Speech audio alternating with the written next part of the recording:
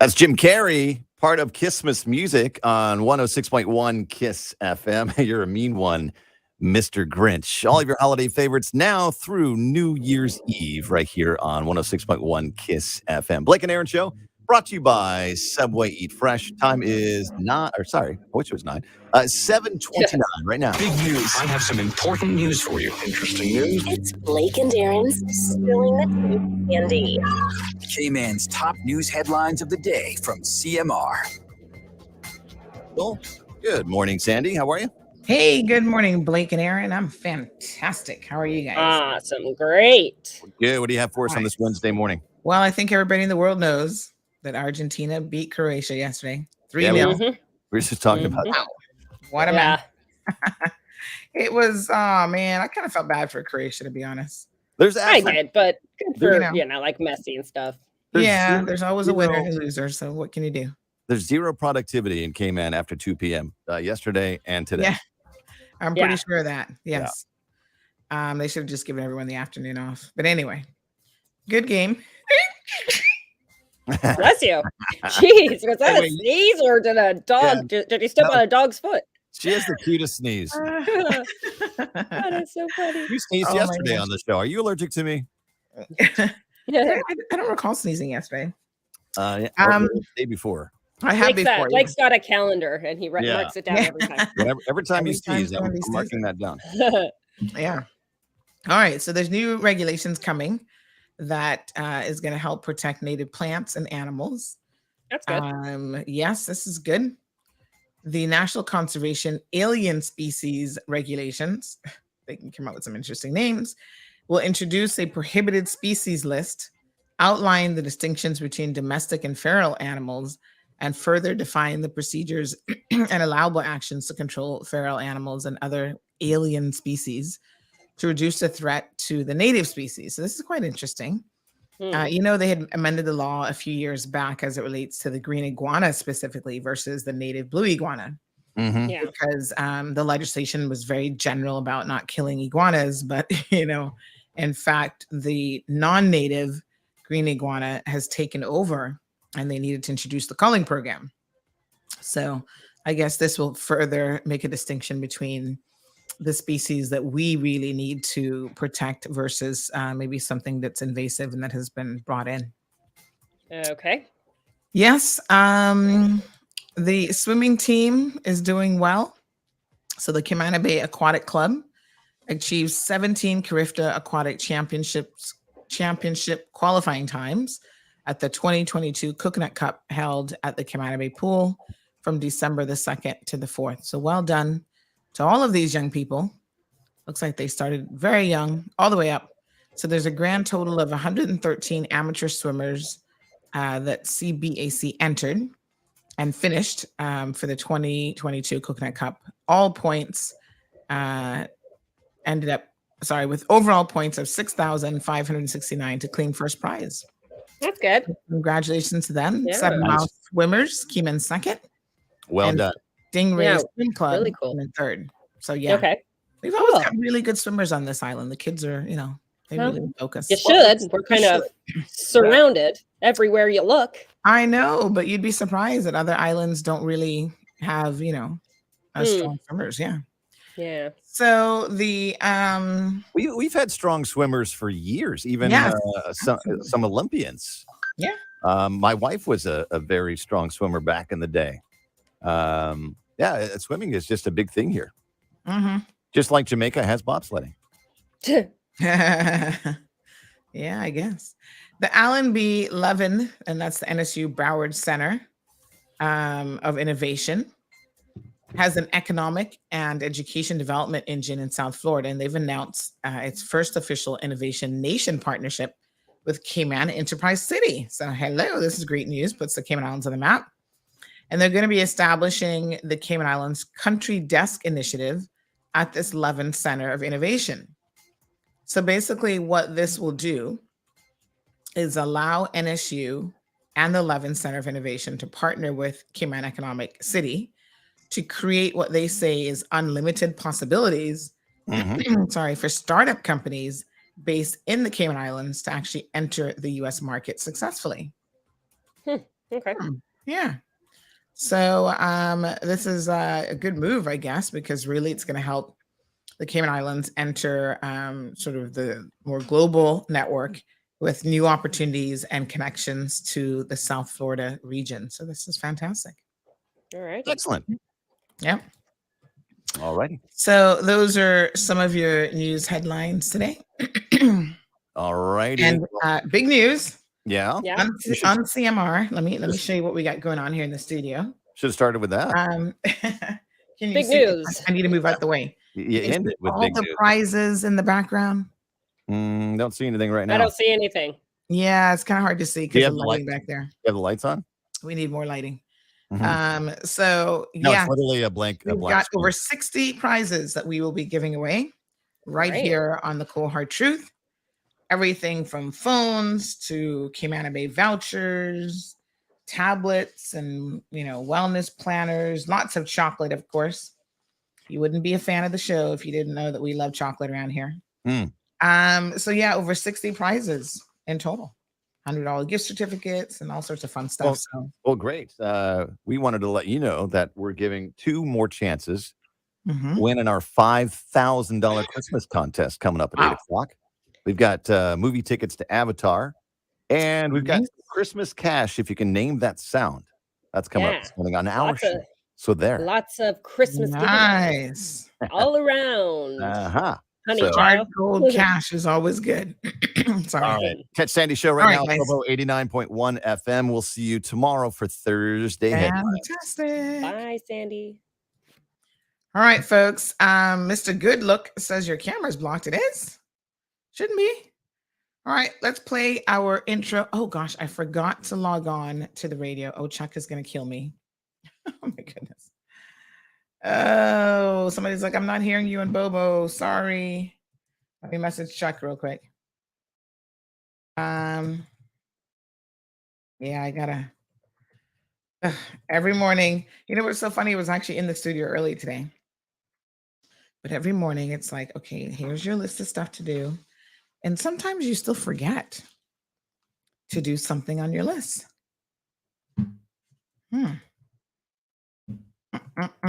That one's pretty important. So excited about all these giveaways. All right, let's do Vicky. We're coming right up. Coming right up in Bobo. Here we go. Peppermint, sorrel, ginger, beaver grass, or English. Get it ready. Your morning tea just got hotter. Ooh, honey child.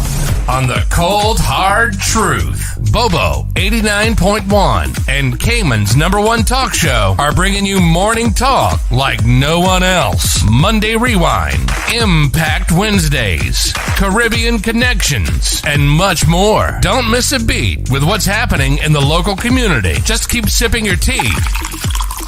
What a mess. Here's your host, live and direct from the Cayman Islands, Sandy Hill.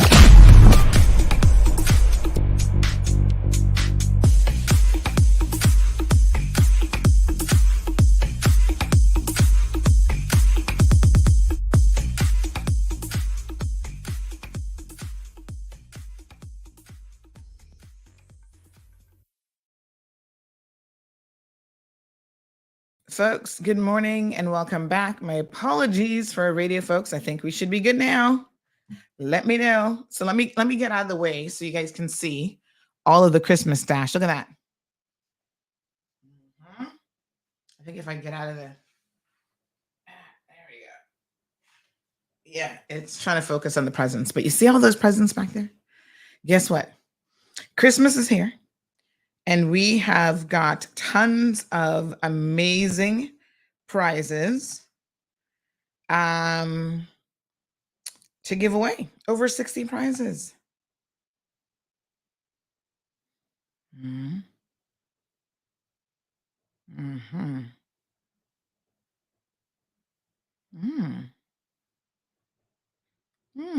Okay.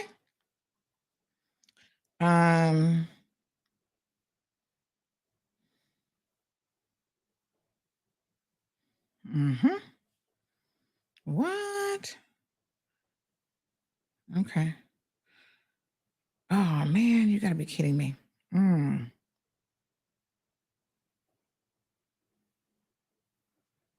All right, trying to check on something. Oh my goodness, this Christmas is a little bit off to an interesting start. So listen, we got our holiday list of all the goodies that we're going to be giving away. Over 60 items. This is really, really exciting. But we're going to make y'all earn your presents. Yes, nothing in life is free. I keep telling y'all. I know y'all be looking for freeness. Well, it's going to be free once you can give me the correct answer. So we're going to do some trivia. And, it's going to be a little bit of a combination of different things. So everything from, Christmas trivia, maybe even some Cayman Islands trivia question. I'm trying to think what else. We'll do some general trivia because 60 prizes is like a lot of prizes to give away. Yeah. So we're going to kick off because we have so many prizes. We're actually going to kick off the questions, and some of them will be easier. Some will be harder. So we're going to kick it off today. Now you've got to call in. These are the rules. Let me lay the foundation for what the rules are going to be. Thank you, Vicky. So Bobo's now up and running. So you guys are saying that the screen is black. Hold on. Let me see what's going on with the link online. I may have to refresh. So is that happening on both Facebook and YouTube? All right, give me a second. Let me refresh because I know y'all want to see the prizes behind me. Oh yes, and I also want to put on my virtual Christmas hat because, okay, I'm seeing myself on Facebook. So that looks good. Let me just check YouTube. Oh, somebody's back on. But it is a little fuzzy, so let me just refresh it. Hold on. Coming right up.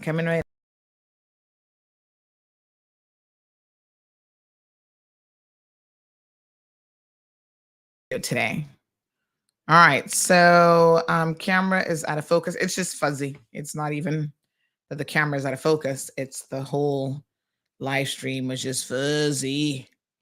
I think that should be better because I've just refreshed it. All right, good morning to Miss Vernita. Omeria says, well, I'm here patiently waiting, Sandy. Good morning, Church 3 Islands. Oh, what a beautiful day. Yeah, it's still fuzzy. I don't know. I think it's a little bit better now. Wee Wee's here. Mr. Good Look, thanks for joining us. Debbie is here. Peter, good morning to you. My apologies about Bobo. I totally forgot to click on a little link. Had the window open and still forgot it. Olivia, Vicky, how are you? Oh, Mr. Good Look is from Mississippi. Can I tell you a joke, Mr. Good Look, about Mississippi? That was one of those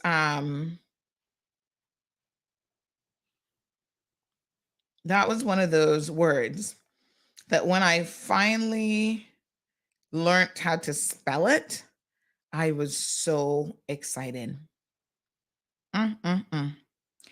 Because it has so many double letters in there that you gotta just get it right. And so the way that I learned how to spell it kind of has like a certain tone to it. Like you can almost do like a sing-along song. And so, yes, it was a big day as a teenager when I finally learned how to spell Mississippi. So let me see if I can remember without looking. Mississippi. You see, you got to do it with like a little bit of a rhythm, and then it becomes really, really easy. Debbie, good morning to you. Vicky's in the house. Marshall's here. Stephen, I saw your photo where you went out for dinner and had a nice time. It looks like a Chinese restaurant based on the little I could see of the decor. So, looks like you had fun. Irvlyn is in the house. Everybody can see now, working now, says Peter. Thank you, Peter. Yes. Miss Mirth. Is that how you pronounce it?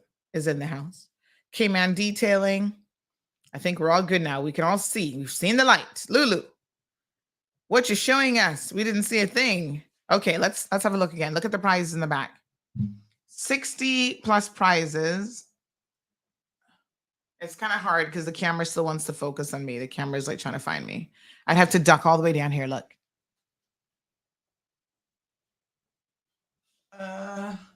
Nope. It's still trying to focus on the microphone. Forget about it. Just take my word. It's a lot of prizes. So lots of prizes to be won. But before we get into the morning trivia, oh gosh, I got granny knees already. That little squat, I can feel it in my knee. So before we get into this morning's trivia, let's do a couple things. So there was another robbery last night, unfortunately. Oh gosh, can these robbers just give us a break? Like seriously? I didn't even know how much money you're making. Somebody's like, oh, well, until we address the minimum wage. I said, please, close your mouth. It's the dumbest thing in the world to say that these robbers are going out there committing these offenses because they're being paid minimum wage. They don't have jobs. They have never had a legitimate job. They don't care to have a legitimate job. Being poor does not make you a criminal. Okay? The two are not the same. Just because someone's poor doesn't mean that they have a criminality mentality. These guys don't want to work. They've never worked. They would rather come into your place of business and your home, steal from you, and that's an easy way for them to get a couple $100. No matter how much the hourly wage is, they're going to continue to do that because that's who they are. They're criminals. Yeah? Let me tell y'all a story about a guy. I heard this story yesterday. He's got family in Cayman. This Jamaican guy was killed.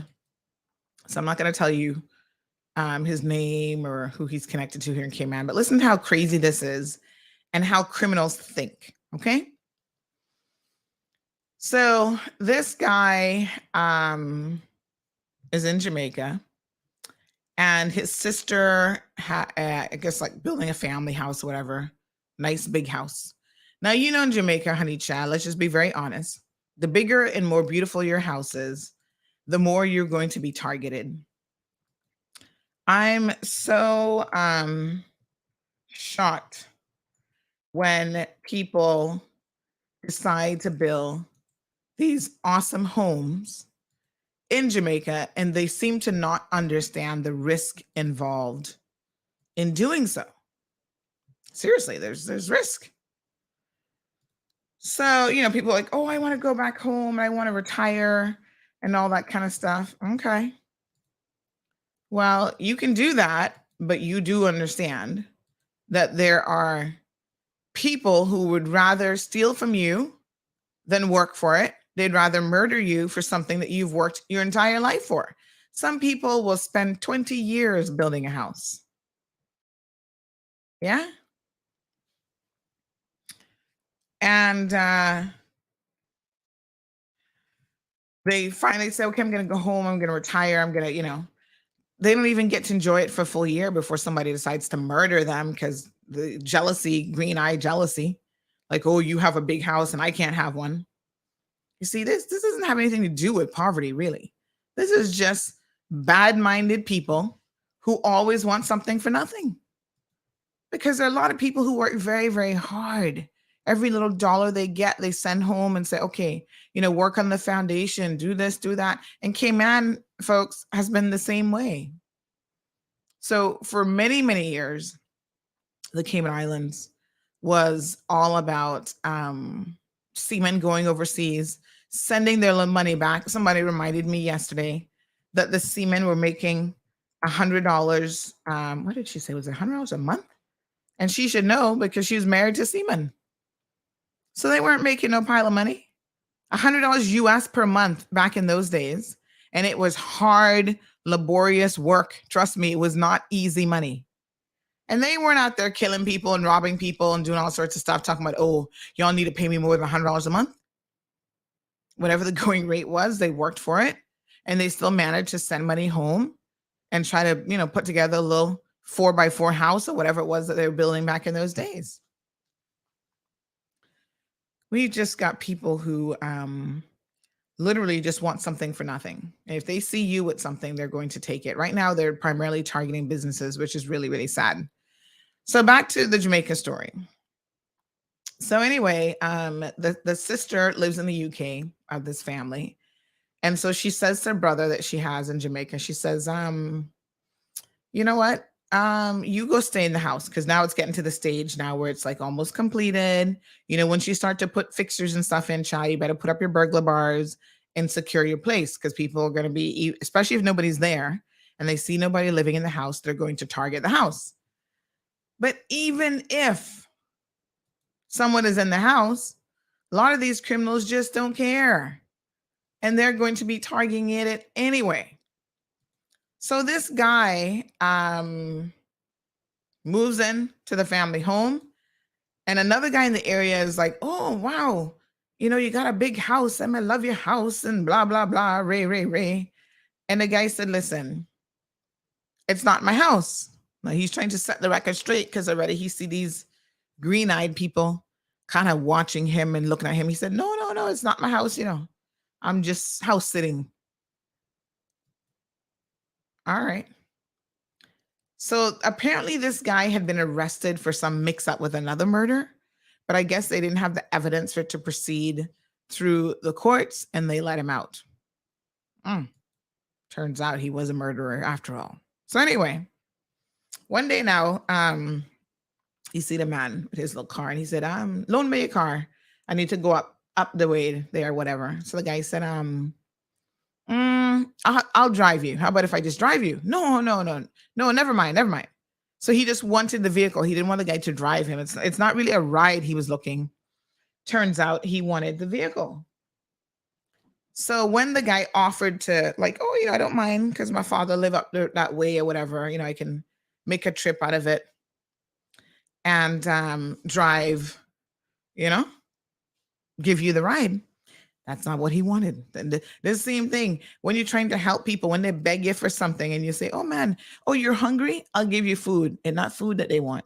It's the money to buy drugs or alcohol or prostitutes or whatever else they're into, right? It's not really that these people are hungry per se.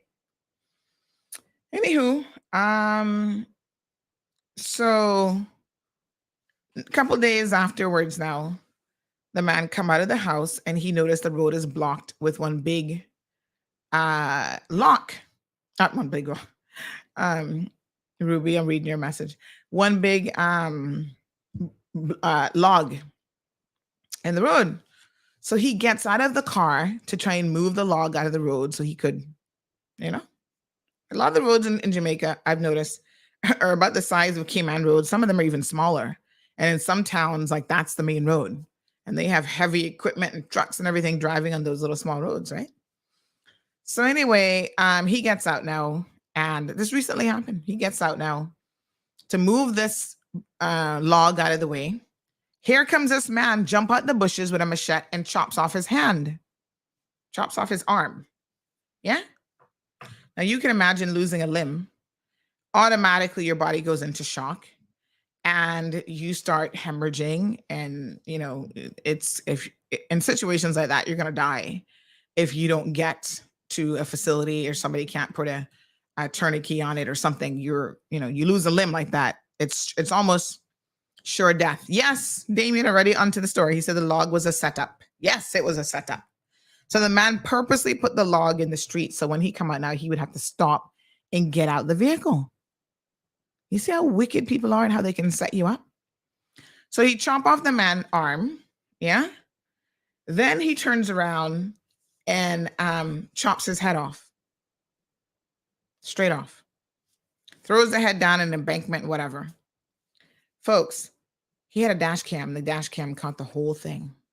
And there were eyewitnesses there as well who were like a distance off, showing him throwing some man head down the embankment, down the ravine, whatever it was, right? So one man now, he's seen this and he's like, what the BBC going on around here? So he pulled out his shotgun, because it's just one of those places where I guess people carrying weapons for their own safety and whatever. I don't know. So, sounds like a crazy situation to me. So he takes out his shotgun aims at the man. I think he already had jumped in the vehicle at this point, about to drive off to steal the man's vehicle, because my understanding is he was getting a little bit of heat in the local community because of the other allegations that he had murdered someone. So they're like, we don't want you here, whatever. So he was getting some heat. So he was looking away to get out. And I guess he just never had a car. Anyway, the man take out his shotgun and aim and shot him right in the head and kill him. Boom. Talk about getting justice served immediately. No more long drawn out trial. And you get to sit in prison for years and the public gets to feed you and give you health care and whatever. Nope. The man took out his shotgun. Boop. Problem solved. But imagine losing your life over a vehicle. It's like a different level of evil and just gratuitous violence. My God, you couldn't just say to the man, listen, just walk up to the man with the machete and say, yo, bro, I want your car, just give me the car. You see me got my machete, just give me the car. I'm sure the man would have been like, take the car. It's not worth me getting chopped up with a machete. Yeah. So this man actually has family in Cayman now. Oh, Lord. I feel so sorry for people who find themselves in these situations. And this is why when you hear me talking about how we have to stamp out certain things, right? By the way, I got my oatmeal this morning, so forgive me for taking one or two little bites during the show because I got to eat it. Half the time it sits here and it doesn't get eaten. So when you hear me talking about stamping out certain behavior, and maintaining our standards, right? Not cloaking people up in wrongness. This is necessary for us to make sure that we're not going down the same road of lawlessness that so many other places, the US, all of Latin and South America, this would be normal for them. Jamaica. I was reading something the other day in St. Lucia, actually. You want to hear how bad it is around the world? Hold on a second now. So I know that we always think, let me see, do I have that article here? We always think that Cayman has the worst of it, right? And that's why I like to educate myself. Because trust me, as bad as Cayman is, even with the robberies, which need to stop, for the record, they definitely need to stop.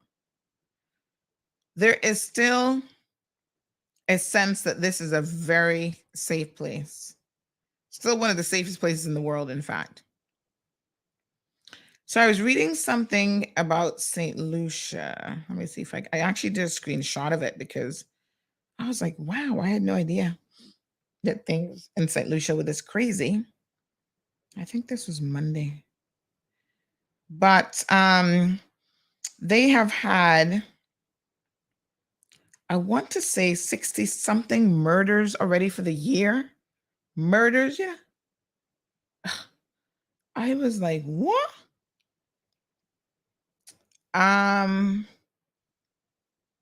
So, their officials were complaining that they are having a bit of a crime spree. I'm like, really? I had no idea. Yeah. So, of course, they're at a loss of what to do. Here it is. Here's the article. All right. St. Lucia is world renowned. It says, oh gosh, let me see if I can get this. As a tranquil vacation spot popular with honeymooners, but it is also fast becoming notorious for serious crime. There's already been 68 homicides this year.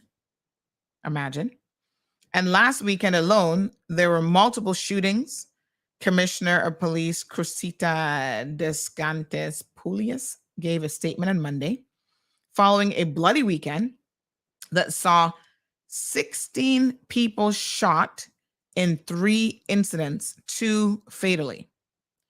He goes on to say, as we head into the festive season, we're realizing unprecedented levels of violence in every sector of the island, despite significant strides by members of the, does it say public? Let me see what the next time.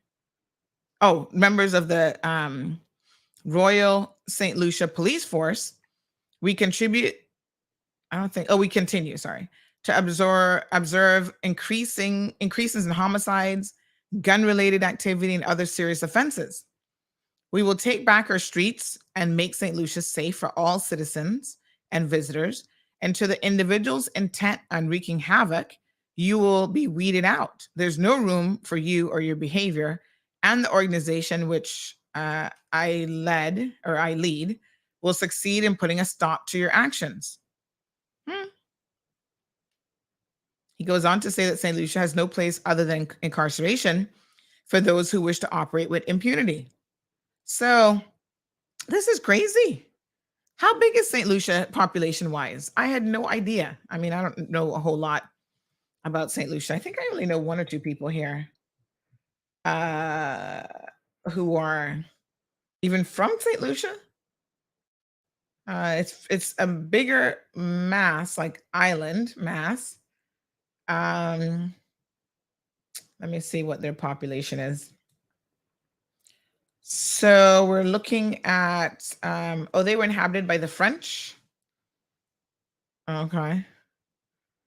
The island was previously called Lua, what is this? Lu Analao, and later Huanora, names given by the native Arawaks and Caribs. Okay.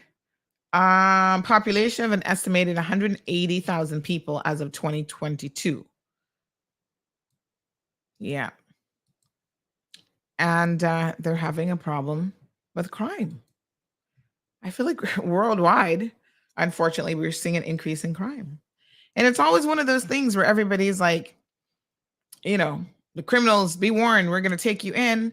And as our commissioner said here, they do as much as they can, but as soon as the prisoners come out of jail, right? At some point, you send them to jail, they get recycled, they come out. And so that's why you see these cycles, and it's linked. They need to do a better job of actually knowing who is coming out, who the hardcore or wannabe hardcore criminals are, who are incarcerated, and when they're being released. And by the way, the what's the board called? The prison release board or whatever they call themselves. Maybe y'all need to think about letting these people out sooner. Parole board, right? They only serve 60% of their sentence. I would like to see legislation, quite frankly, that makes them serve more like 90% of their sentence or 100% of their sentence. How about that?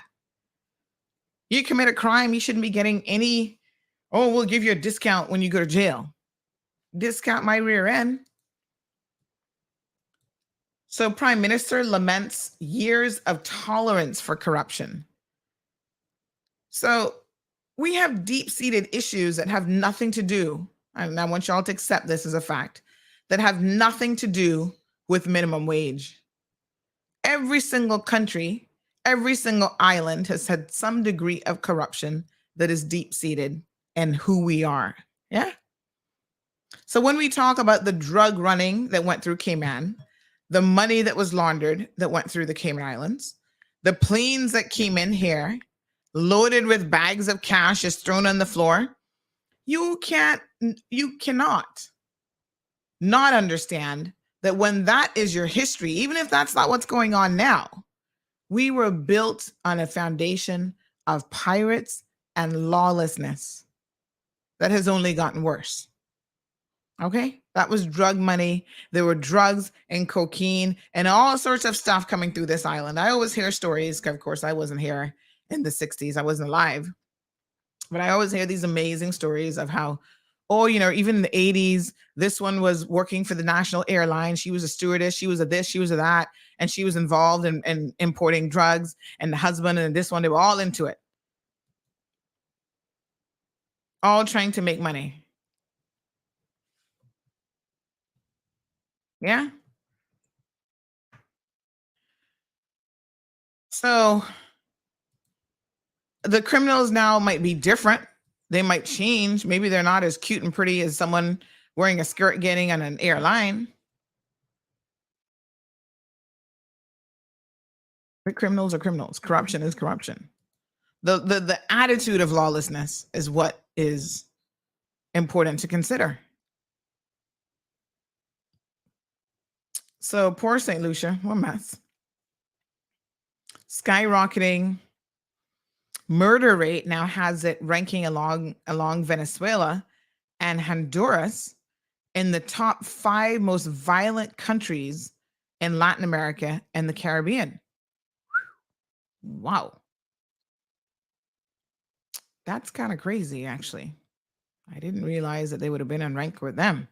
Because listen, Honduras is, I don't know if currently they're the murder capital of the world, but they definitely had that reputation, huh? So it's interesting.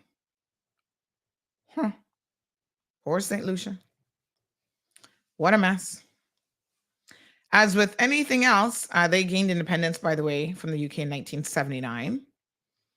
But it goes on to say here that the causes of crime are complex, but many of the killings have been linked to the growing power of the country's underground gangs.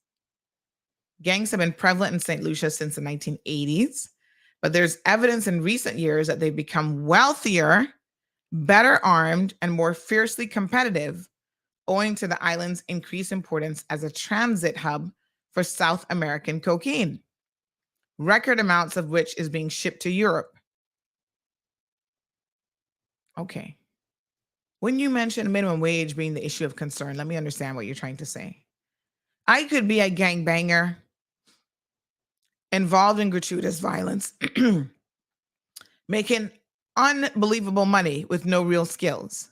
And you think you can raise the minimum wage to what degree that would entice me? Don't confuse your issues. The minimum wage is one question, impacts the cost of living, right? Impacts your quality of living. That's an issue that needs to be discussed, without a doubt. Most of the people making minimum wage in this country are not even Caymanians. So I chuckle when I hear Caymanians say, we need the minimum wage increase and improve our way of life. And I'm like, you do? Because you're not making minimum wage.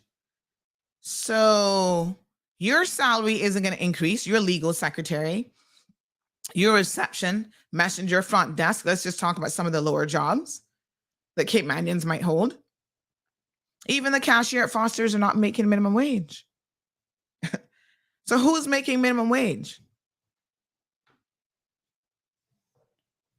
It's a lot of the foreigners, which is quite sad, that are actually the ones making minimum wage. And a good degree of their money is not going to be spent in the Cayman Islands, no matter how you slice it. A lot of domestic workers are the ones who are making minimum wage.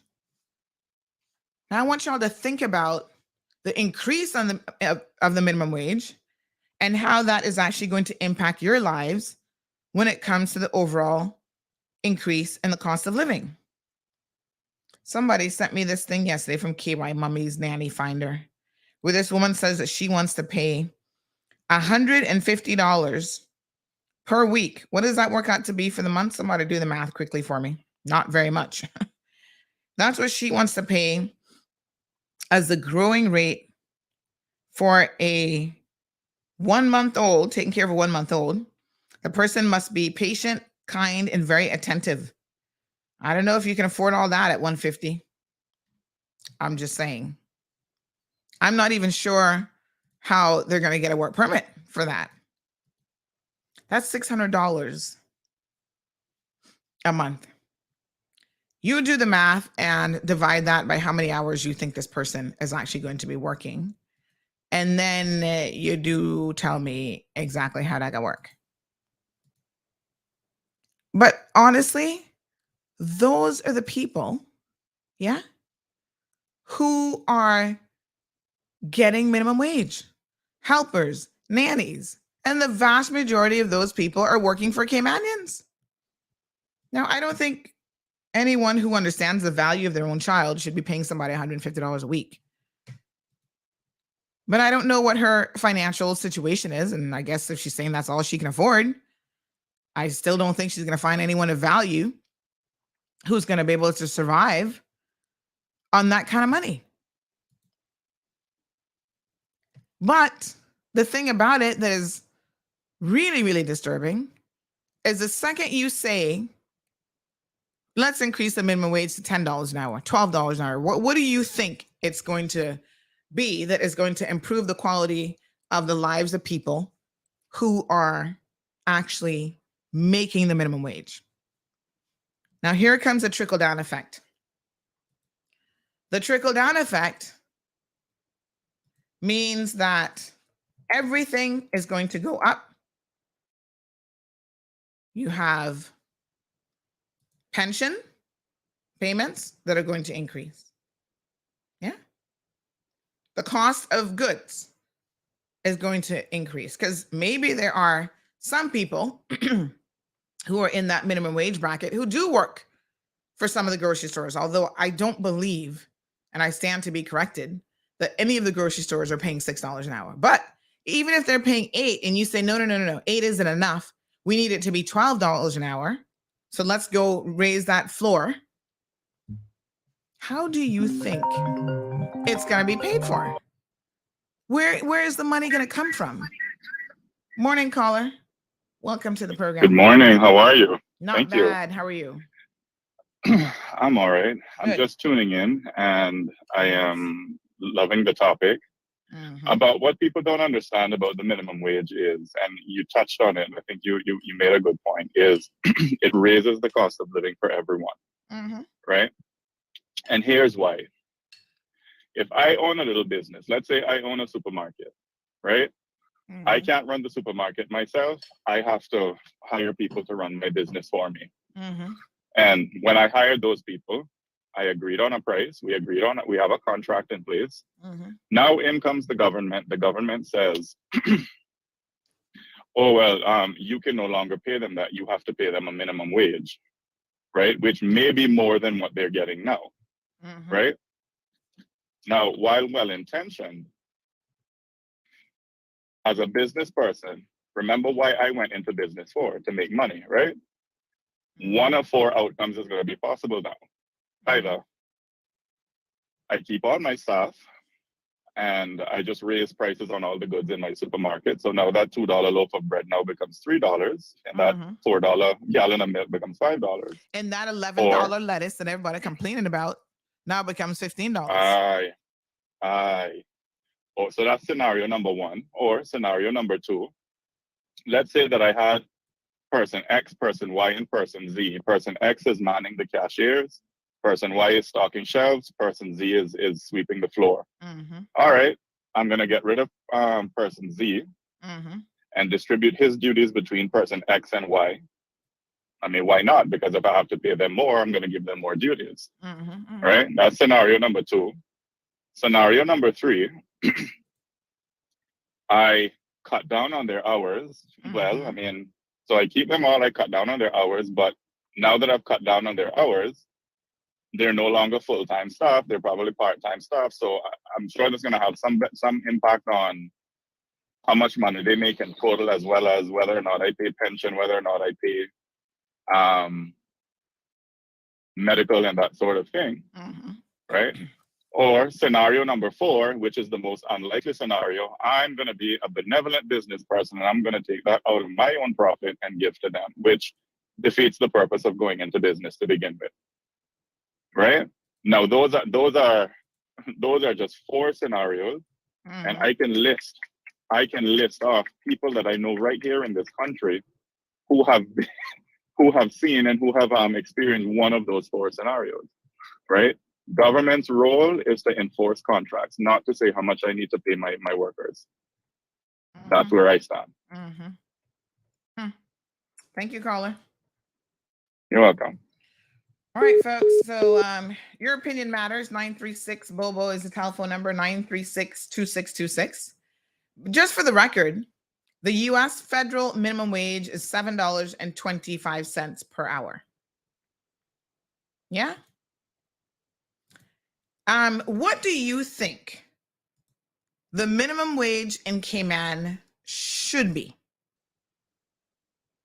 It's at $6 an hour. It was never supposed to stay at $6 an hour, by the way.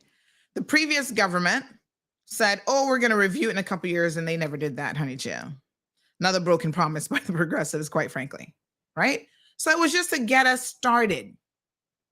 But what do you think it should be? $8 an hour? $10 an hour? $12? $18? What do you think the minimum wage should be? Good morning, caller.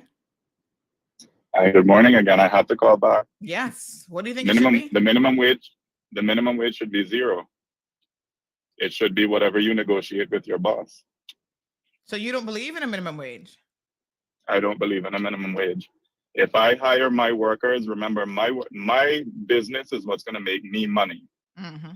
The people I hire are who's going to take care of my business. If I take care of my workers are going to take care of my business in theory, right? So it's in my best interest to give them a competitive salary, but it's not for somebody else to tell me to come in and give them, you have to pay them X amount. Mm-hmm. Because then all kinds of inefficiencies come into play. Mm-hmm. Right. But before I lose my point, talking about crime and, the cost of living, mm-hmm.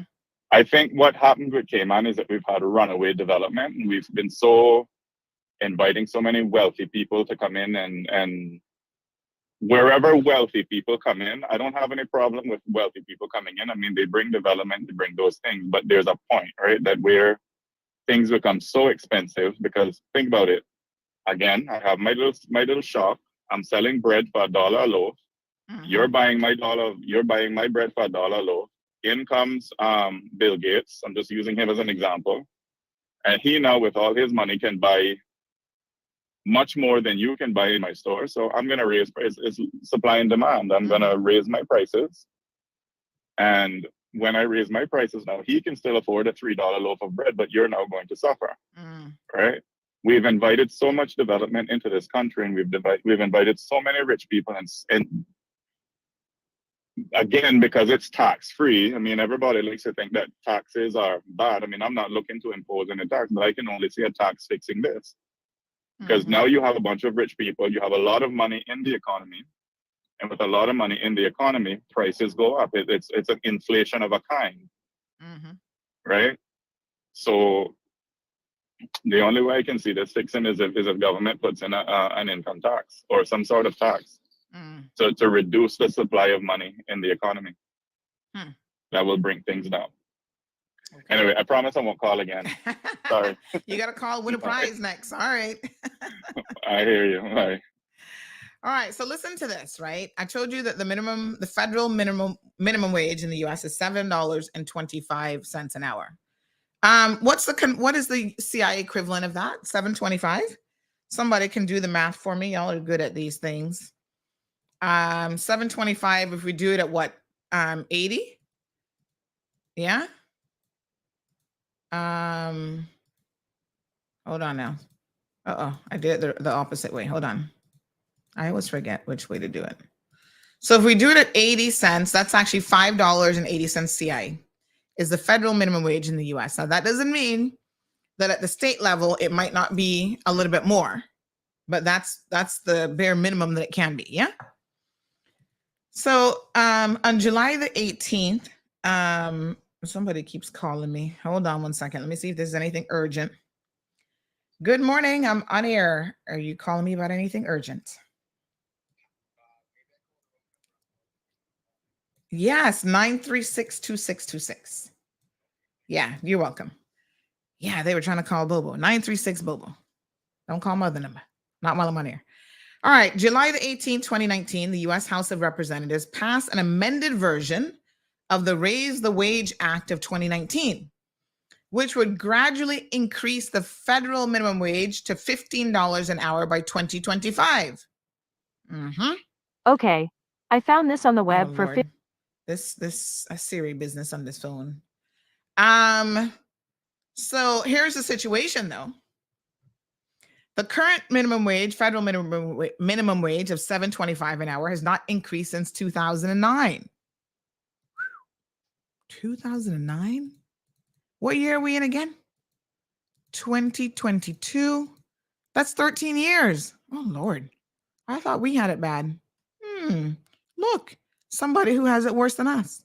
The big, bad Democratic supposed to be first world, rich United States of America. They've not increased their minimum wage in 13 years. And y'all know inflation and the cost of living and everything has gone up for sure in 13 years. Anyway, the bill died in the Senate as the Senate Committee on Health, Education, Labor, and Pensions declined to vote on the legislation or to even discuss an increase in the minimum wage for that matter. Wow.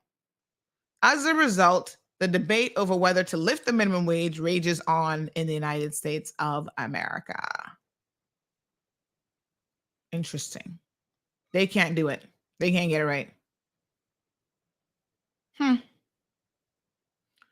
right. So here's what proponents of raising the minimum wage say. You guys have all heard it.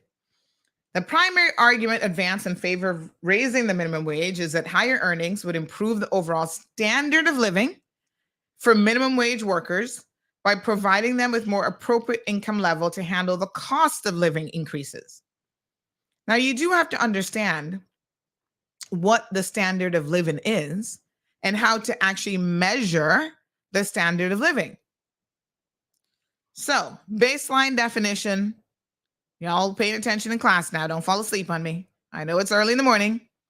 Standard of living refers to the quantity and quality of material goods and services available to a given population.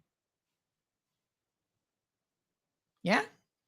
It is the material well-being of the average person in a given population. So there's always the rich people over here on the right-hand side. Their standard of living is going to be what it is. Normally, regardless of a lot of the economic factors that might impact the rest of us. Somebody said the other day, I can't remember who it was now. Would you rather have $1 billion or what was the question? Or something else? And they were like, what would I do with $1 billion? $1 billion is more money than I could ever spend. This person's a millionaire. She's a social media influencer. And she's like, you know, I'm already a millionaire. I can't fathom $1 billion. There comes a point in time when it's just a number because there's only so much money you can possibly spend and so many material things that you could possibly have. Those people are in a totally different realm of reality than the rest of us who are on a legit hustle over on this side of the equation. Then you've got the majority of the people, the average person. Now, they normally measure this standard of living using what they call the gross domestic product. Some of y'all might have heard this term, GDP per capita. In the United States of America, they're able to get figures on a quarterly basis. They can tell you about employment numbers, you know, weekly, monthly, what the trends are. In Cayman, we seem to be woefully behind on all of these things because we can only get annual reports. Good morning, caller. Hi, good morning, Sandra. Just calling in to reference one of your previous callers. It might have been the last call.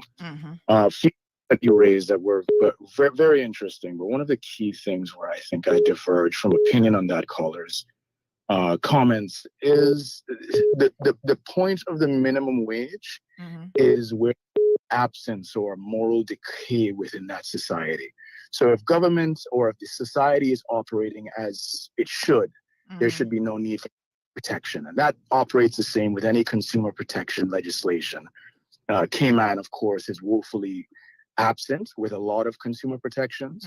So subject of minimum wage, where employers are treating their staff well, paying them a fair wage, there would be no need for minimum wage. But even in our society with a minimum wage requirement and codified in the law, we find a lot of abuses to really wage theft, contract disputes, well, even beyond contract disputes, just employers not honoring the terms of contracts. So even with the legislation, we still see deficiencies. So on that point, I think it's inadequate to make the conclusion that minimum wage is not necessary in the Cayman Islands, and then to make reference to the supply of money in the economy, which is a separate point really altogether the supply of money has very little to do with whether or not people are paid a fair wage. And that's really all I wanted to call about. Okay. Matter of consumer Cayman has very little of. Thank you very much. Appreciate it. All right, thanks. All righty. So asking a few questions here. What do you think the minimum wage should be? One person on social says $8 per hour.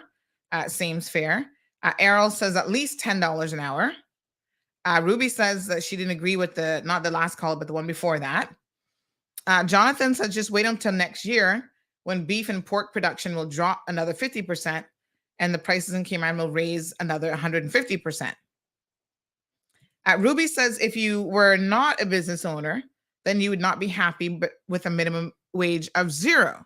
So Ruby does make a very fair point here that oftentimes it comes down to when you're looking at these questions, where you are in the equation, right? So business owners, of course, will be hesitant to say, oh, yes, go ahead and run out there and increase the minimum wage because they understand the realities, quite frankly, of what is involved in running a business. And I say that as someone who's been on both sides of things, as a small business owner, and also on the other side as just an employer. Employers, Ruby, you say that you wouldn't say that if you were just an employee. My apologies. And likewise, employees don't understand the cost of doing business. So that, Ruby, that's a double-edged sword. That cuts both ways. The workers don't understand the nature of doing business and the cost of doing business. The employers may, because some of them have been business owners, some of them have worked for other people, so they get it. But some of them likewise will not appreciate the necessity, as the last caller said, to have a good moral compass about what you actually are paying people. Good morning, caller. Welcome to the discussion today. Good morning, Ms. Andy. I think minimum wage should be in category. Like, for instance, construction workers versus nanny. I think they should separate it like that and try to make it as fair as possible because to say minimum wage for a construction worker to be $6, that's ludicrous. So I think it should be in a category where everyone can benefit. And the other point is,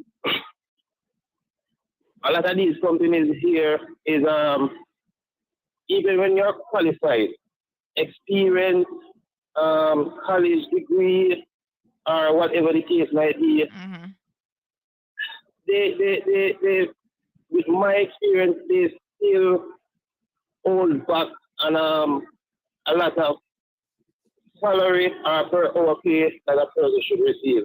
And that just trickle down because when a person working honestly, day in, day out, and cannot make ends meet, come on now, we are just human beings. We always have that survivor mentality built into us from creation. We're gonna find other ways to supplement taking care of the family. So for a better society in general, just like what the previous caller said, we have to have a moral standard and be fair with each other. That's my two cents. Okay. So that caller thinks that doing it by sort of category of work might be the solution. I don't know.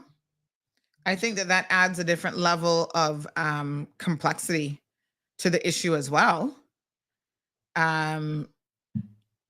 Which means I guess we'll be spending more money as a country on the labor department trying to keep track of what categories are being paid what.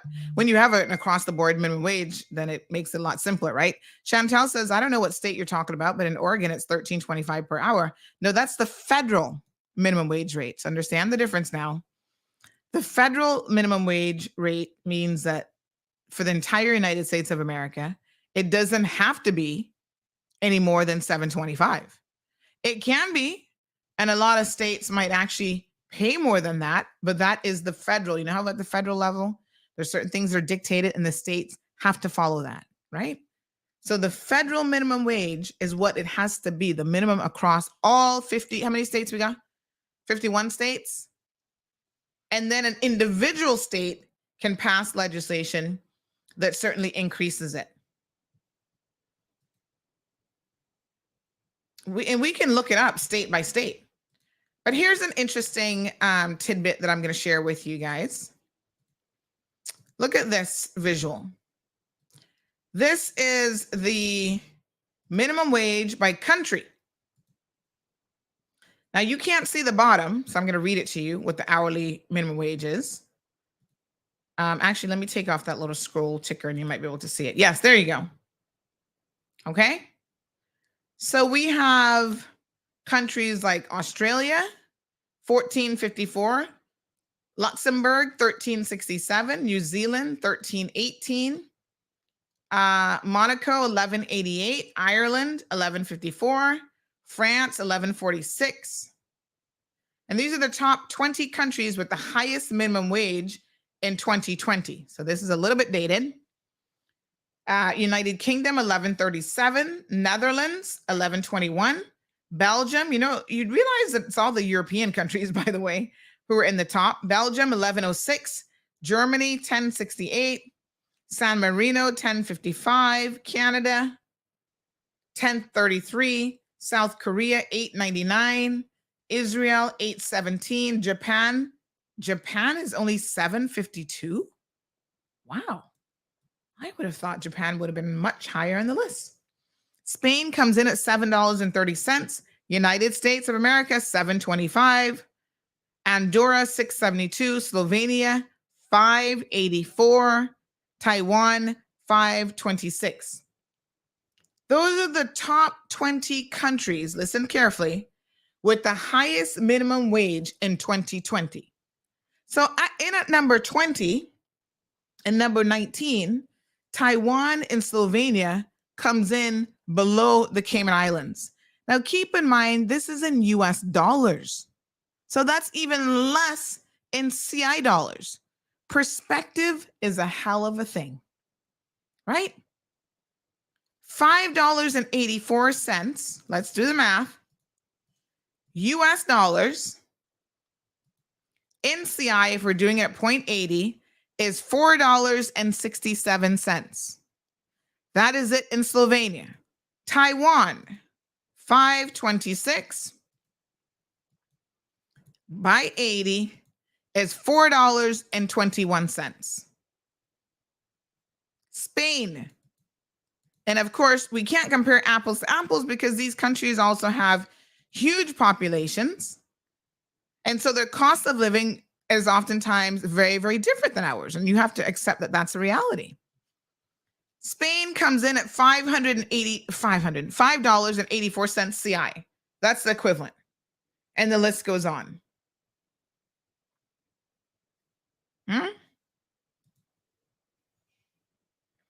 So in a lot of countries, they do have it built in where the annual minimum raise is increased like on an annual basis. In the US, like I said, it's not moved. The needle has not moved in 13 years.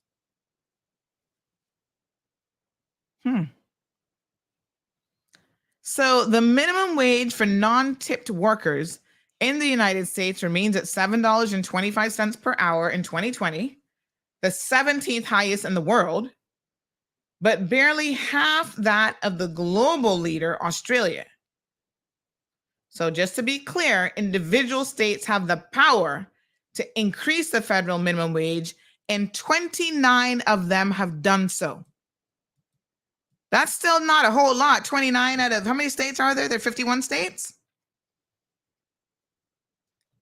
So 29 have increased it, the minimum wage. 21 still haven't. So it's almost like a 50-50.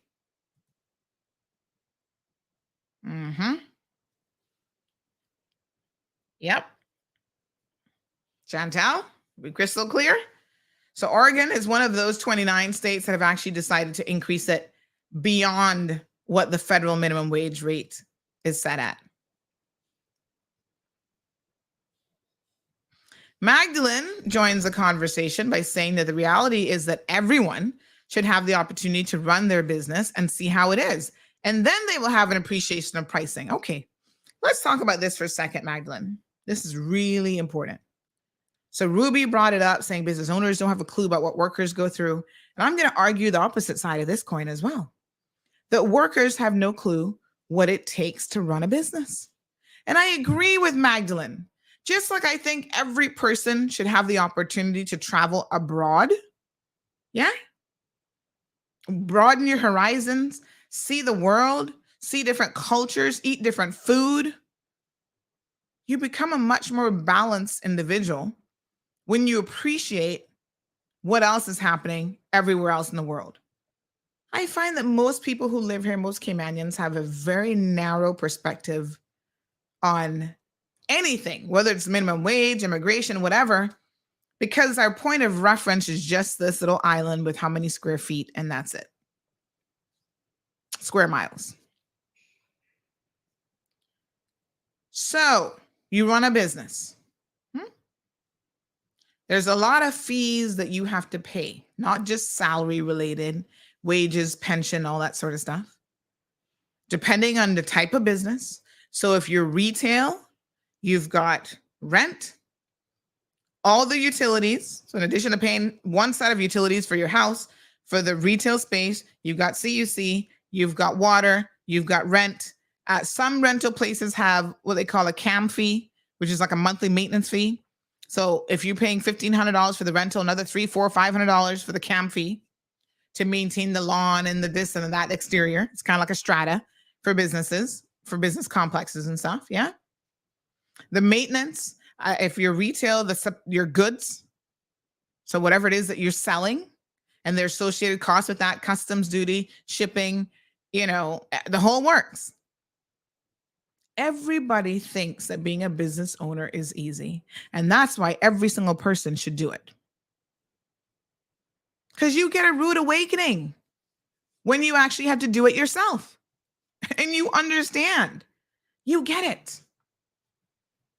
And as someone who's been in business for, how long has it been now? 20 years? I can tell you that you make a lot of mistakes along the way.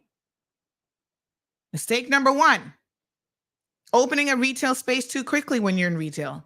Sometimes that's not the way to go. Yeah? Because that's a big chunk of whatever money you're making.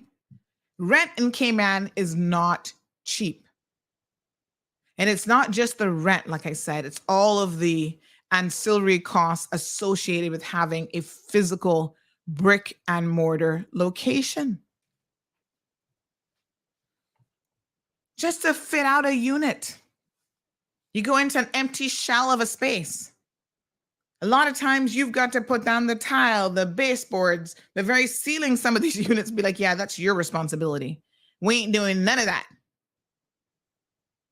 All sorts of fixtures and this and that, display cases. You got to ship that in. It is a pretty penny to get started in the world of retail.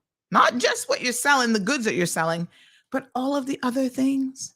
If you're selling clothes, you need your mannequins. You need your shelving, your hooks, your racks. Somebody's got to install it. So if you can't do it yourself, then there's labor costs involved.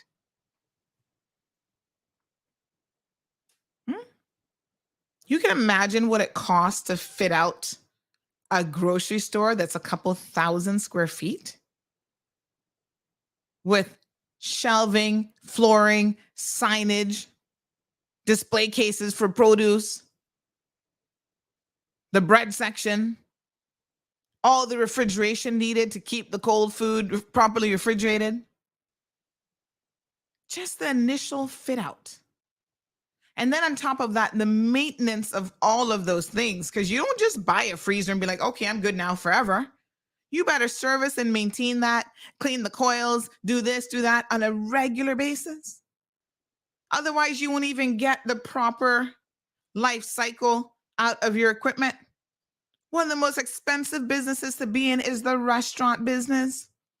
Go and sit down and talk to someone who owns a restaurant. Y'all complaining about the cost of food. They're paying the same cost of food. They might be able to get it in bulk, yes.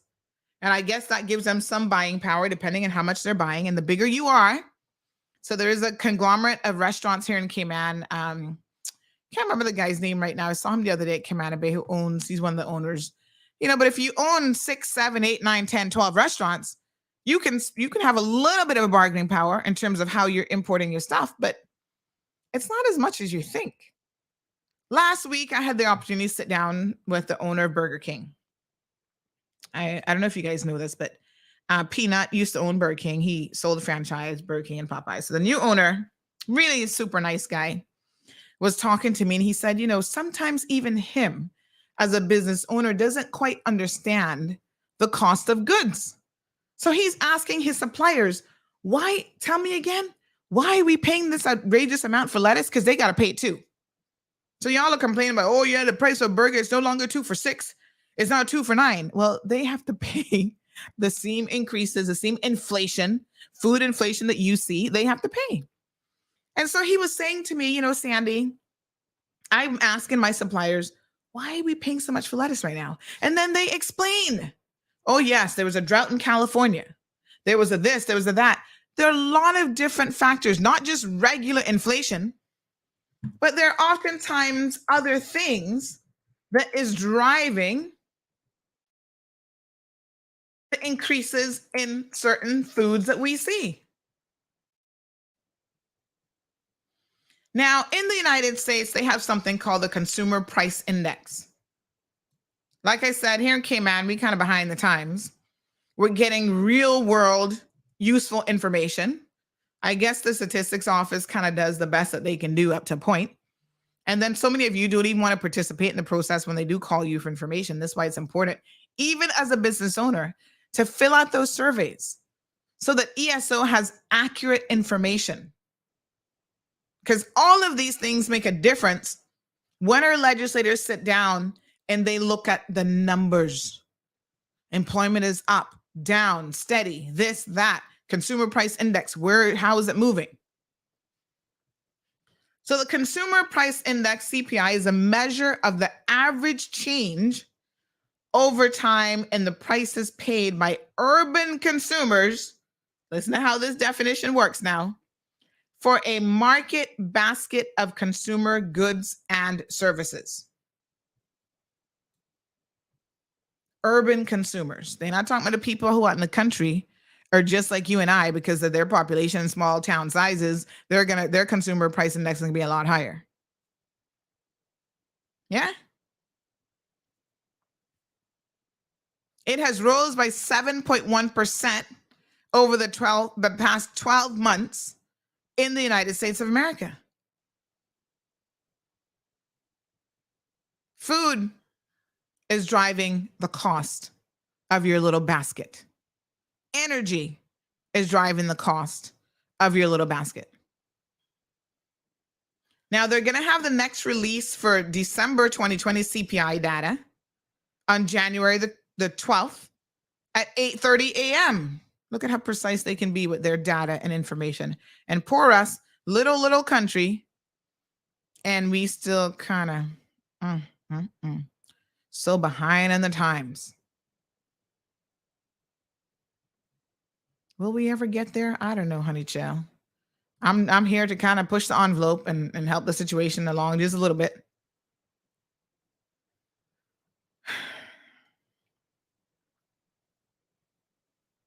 Now, here's what it says. The best known index, which is the CPI-U, depicts the inflation experience of all urban consumers. It's important to know that this may not reflect the actual inflation experience of any given household. So your inflation for your household might vary. There's different things. Here we go. Here is one of those economics 101. Research has shown that consumers with different income experience inflation quite differently. I said that earlier, didn't I? But in a different way. What you make will impact what you spend and even how you see the economy around you. You've got a bit more of a cushion to work with when you're a millionaire. Or you make $100,000, or you make $500,000. Well, it depends on where you're living, right? Because $100,000 in a place like New York, not no money. That's nothing. Because your square foot of what you're paying for a house is out the roof. Not even a house, just a little inky-dinky apartment if you're in the city. Here's another economics 101. Lowest income households, so these are the people all at the bottom, spend a larger share of their budget on household essentials. Isn't that crazy? The lowest income household spend a larger share of their budget on household essentials. So they tend to have a higher budget, yeah, for rent, food, and medical. This is the budget shares, is what they called it.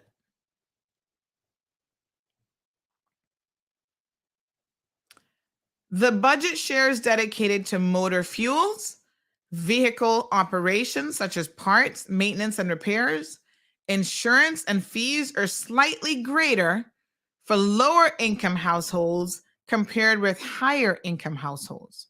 That's interesting. What are some of these essentials? Rent, food at home, medical care, household utilities, motor fuels, motor vehicle operations, and telephone services. I want to show y'all a graph. Now, I got to give this to you in bite sizes, so we can go a little bit deeper this morning, but I know we can't go too deep because already I might be losing some of y'all in the classroom. Be like, oh God, Sandy, I don't understand this. This is confusing me. You've got to learn to appreciate and understand a little bit about these things, because then when you start to have conversations about minimum wage and you want to be an expert on minimum wage, you cannot have those conversations in isolation with what else is happening in the economy around you.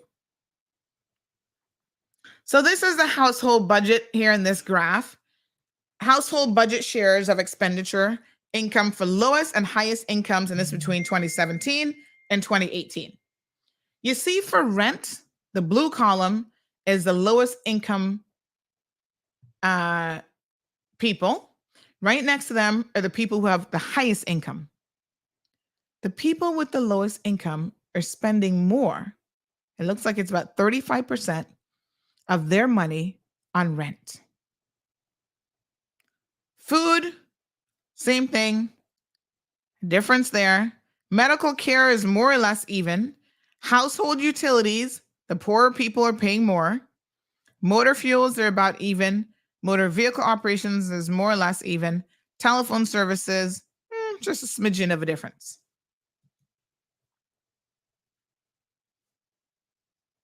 Right?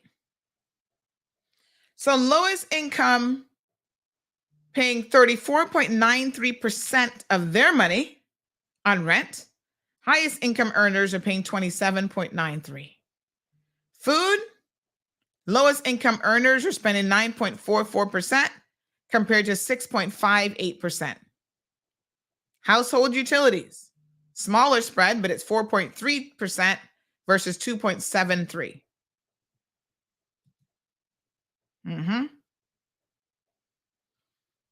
But here's the kicker.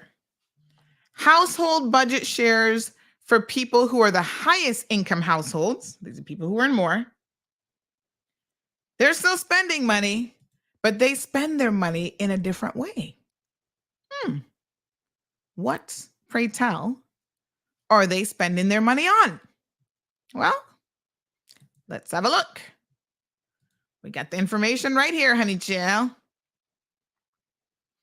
Those people are spending their money, not much of a shocker, food away from home. They can eat out more at restaurants. That supports restaurants and small businesses. Recreation. Notice the big gap. They have money, disposable income. New and used vehicles. Wow, that's quite a jump. Apparel. So they're spending more on clothing. Elementary, high school, and college tuition. That's because they're sending their kids to school, especially colleges, and they're actually paying for private schools and stuff, whereas probably some of the lower income people are just going to send their kids to government schools that are no direct cost, I should say, to them. Lodging away from home, airfares, because again, they're consuming things like travel and all these things a little bit more. Not much of a difference with the cell phone and computers in terms of money. Here's another bit of reality for you.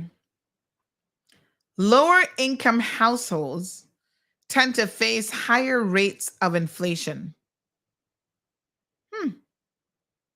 Yeah. So the lowest income households tend to face higher inflation rates than all urban households, and the highest income households tend to face lower inflation rates than all urban households.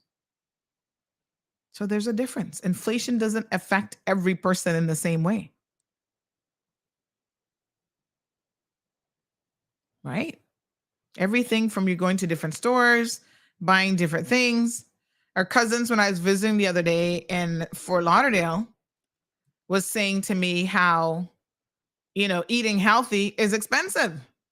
When they go to Whole Foods and that sort of thing, I'm like, Then I bucked up on a fitness person at the airport when I was coming back, and he was saying to me, Sandy, people don't realize that a lot of things in Cayman are actually cheaper than they are in America. And he again was talking about groceries. He's like, I went to Whole Foods, and some of the, natural foods and whatever things that I eat, even some of the supplements, I can get cheaper in Cayman. And I said, really? I said, but these are the conversations that we need to be having. Because every single person in this community right now is talking about the cost of that head of lettuce, which, by the way, can I just tell y'all something? Stop eating iceberg lettuce.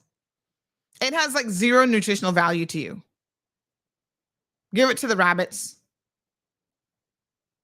Other types of greens is what you need to be eating. That lettuce that's now overpriced because of worldwide shortages and farmers can't get it grown fast enough and blah, blah, blah.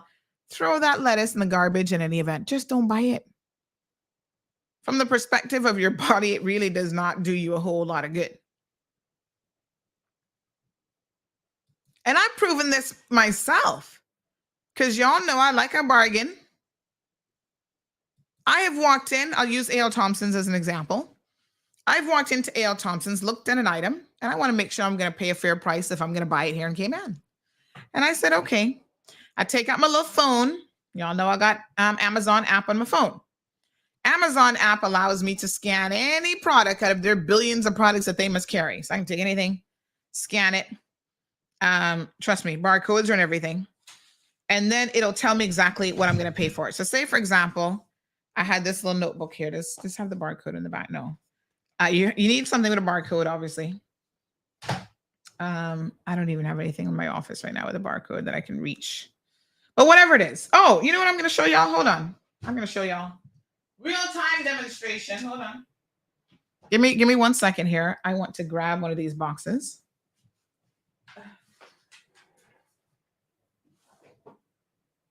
Oh, yes. I think it should do this barcode. All right.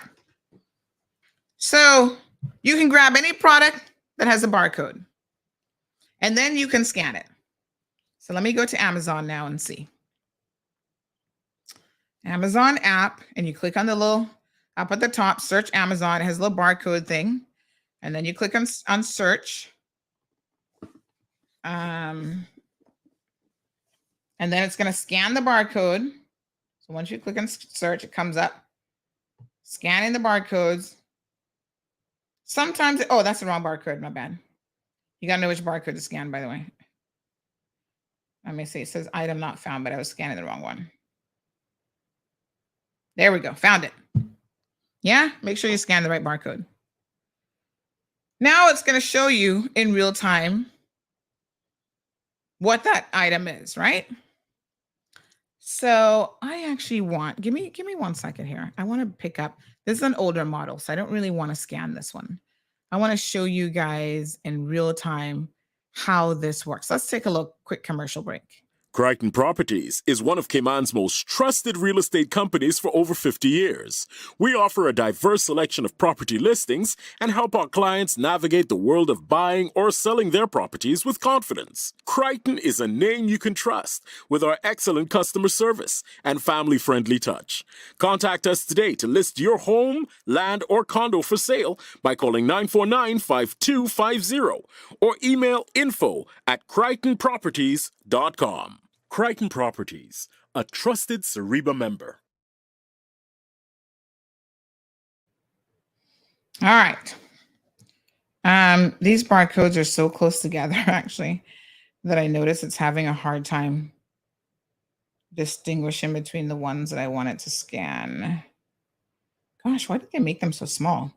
You get too close and then the phone isn't focusing on the barcode. All right, let me see. Yeah, this barcode scanner is going to find this one. They made this barcode so incredibly small.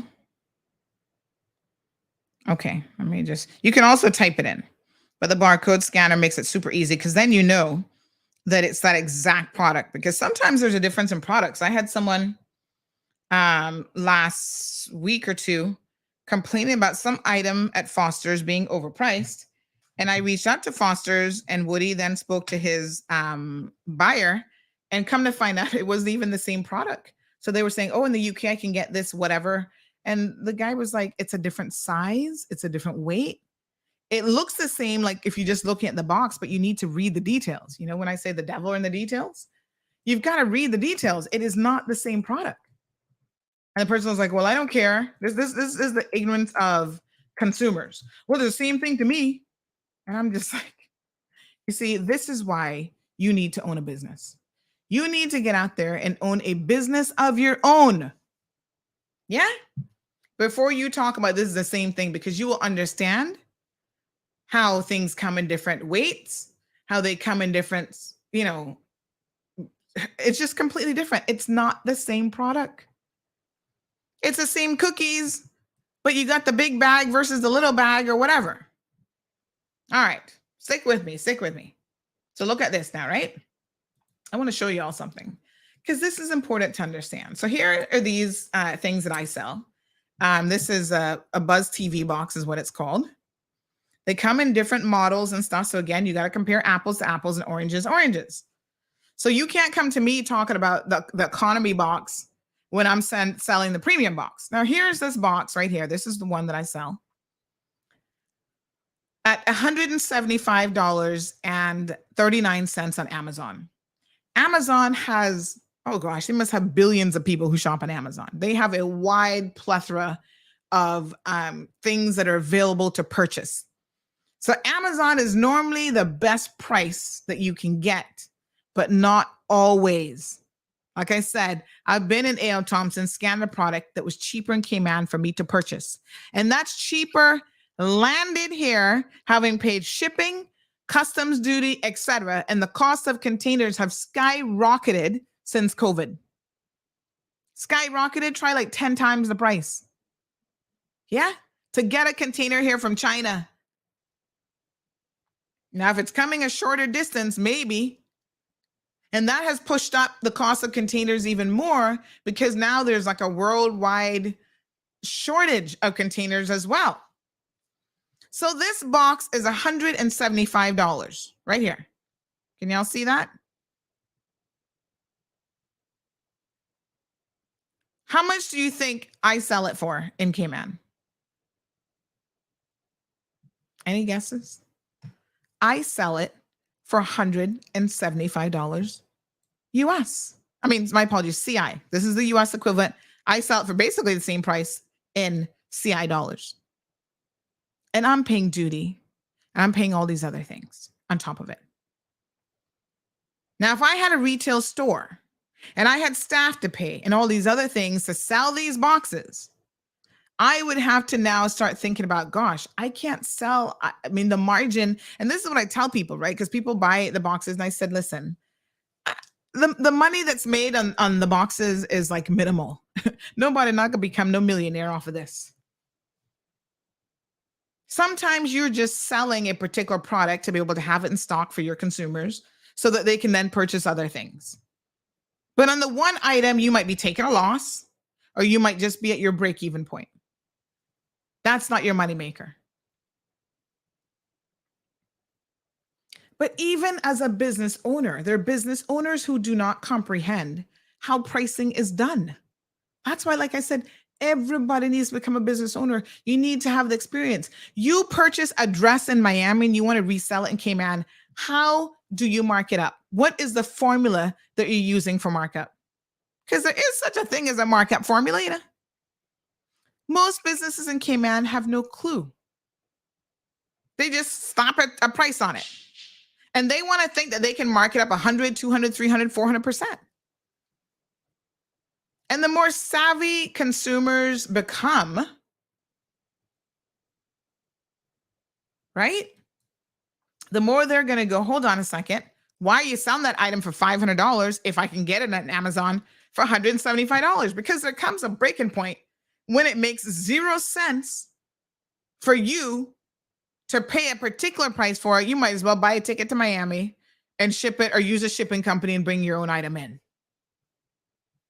There's a lot of factors, folks, that go in to being a business owner. Your biggest headache, literally, financially, and figuratively, are your staff, right? Staff turnover, people coming and leaving. It's like a revolving door. Every time they come in, you got to onboard them, set up insurance, set up pension, do this, do that. Then the next thing you know, 2 months later, they're skipping out on the job. They're not showing up to work. Then you got to go through the process of either terminating them, or if they quit and they don't come. You know, y'all don't appreciate what it takes to run a business. The conclusion that I came to with retail is I need to be able to just manage it myself. I cannot be bothered with staff anymore. Half the time, they don't want to show up to work. When they do show up, they come in with an attitude, with a story about what happened over the weekend, how they got chopped up, and then they have to leave early because the boyfriend got in an incident and he got arrested. I mean, especially for small business owners, and especially when you're trying to hire Caymanians, listen very, very carefully to what I'm going to tell you.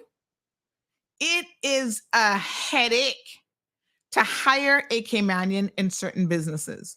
What they put you through, no business owner should have to go through. But y'all don't know that, and you don't appreciate it because you've never been in that position.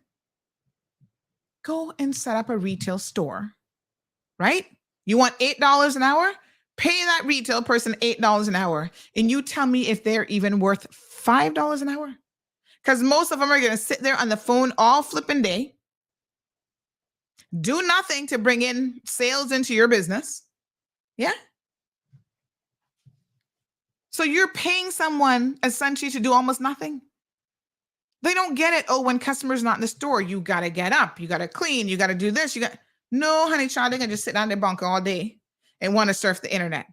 Evelyn says, kaboom. She understands because she's a business owner. These are the things that people have to put up with. The micromanagement of staff. You tell them to do something, you got to check up on them 50 times before it even gets done. Irvington says you do not go into business to break even. You have to make a profit. But what I'm saying is, depending on the nature of your business, not every single thing you can make a profit on. And this is where people lose it. They don't understand the nature of markup. So every item, they're like, oh yeah, I'm going to make a profit in this. Some things you might have to take a loss on. The market might dictate that. But then you're able to mark up other things where you make a little bit more of your profit margin here, there, and whatever.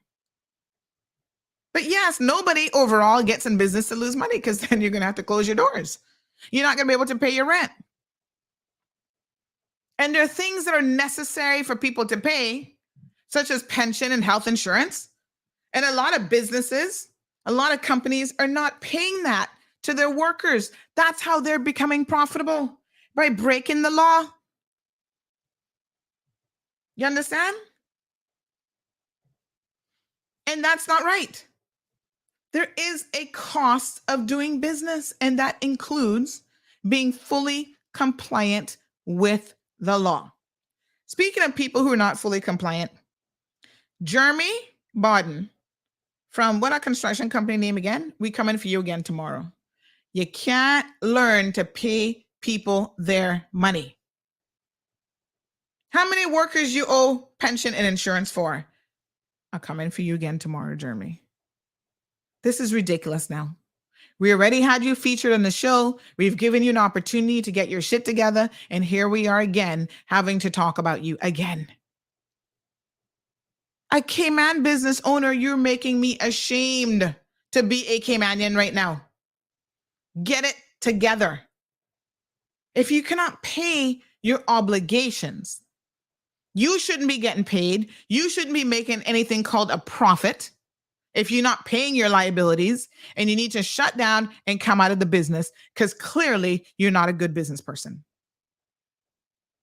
There are people in this country who have taken hundreds of thousands of dollars from their workers by way of unpaid pension and insurance money, but they take it out and they spend it in their businesses. They spend it on their girlfriends, trying to keep Spanish women happy and whatever else the hell they're doing. Their quality of life, their standard of life is not impacted, but they're taking your hard-earned money out and still, by law, not paying it into a pension fund, or they don't even have insurance on you. So when you drop down with a stroke, you have no coverage, and now you got a huge medical bill on top of it. Our legislators need to change it. If pension and insurance are going to be compulsory, it is the equivalent, and the magistrates in court say it all the time, it is the equivalent of theft, and as such, it should be coming with a jail sentence. I bet you what, it would, in a quick amount of time, curtail those breaches.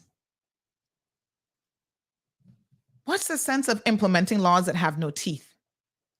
You might as well not have it there.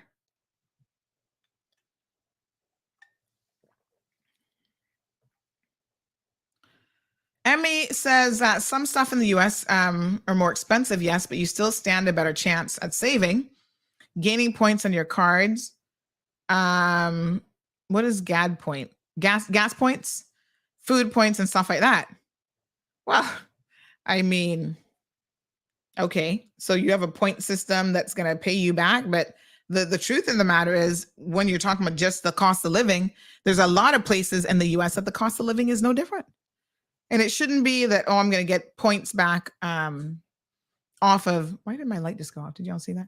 That I'm going to get points back off of a system, and that's going to justify or make me think the cost of living is any better. You're also paying more taxes in the US as well, to be quite fair. So your salaries, $7.25 minimum wage, if you're living in 21 out of the 51 states, that's still less than Cayman. So everything literally is relative. Of course, I can find better bargains and clothing and stuff like that in the US. It's just a volume question, really. Right? You have millions of people living in Miami alone. So the buying power is very, very different. Sugar says, can someone tell Miss Sandy there's an accident right now by Tropical Gardens entrance, and there's a lady inside the car not moving, just sitting there, everyone passing by about their business, and no one cares to help. Well, hopefully someone has called 911 for her.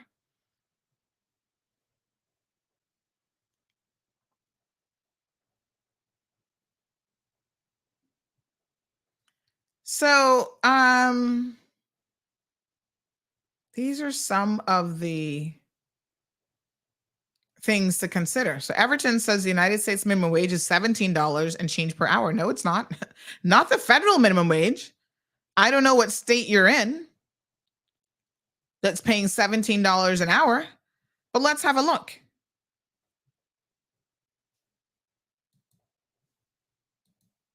Yeah? Because we can definitely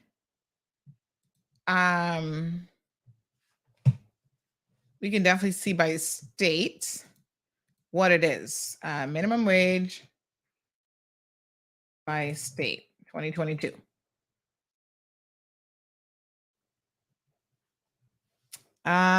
California comes in at $14. So 30 states now, as of 2022, have a higher than the federal minimum wage. That includes Guam, Washington, D.C., and the Virgin Islands. So there are industries that are, I think, excluded, like tip workers. They don't get a minimum wage the same, and there are exemptions for them.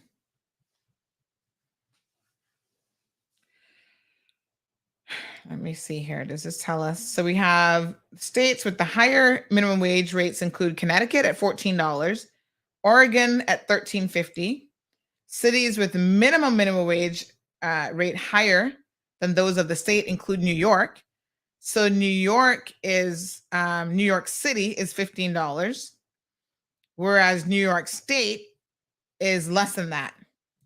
So the city can set apparently their own rates as well as at the state level. Portland is $13 and it's 25 cents higher than Maine. So this is now where a particular city is higher than the state that the city's in, if that makes any sense. So we have Alaska at $10.34, Arkansas at $11, Arizona at $12.80, California $14, Colorado $12.56, Connecticut is $14, District of Columbia, that's Washington, $16.10, Delaware $10.50, Florida $10, Hawaii $10.10, Illinois $12, Massachusetts $14.25.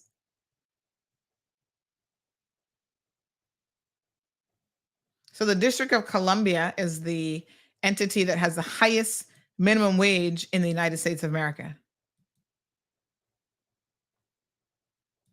18 states have scheduled adjustments to their minimum wage, and it varies, sort of state by state.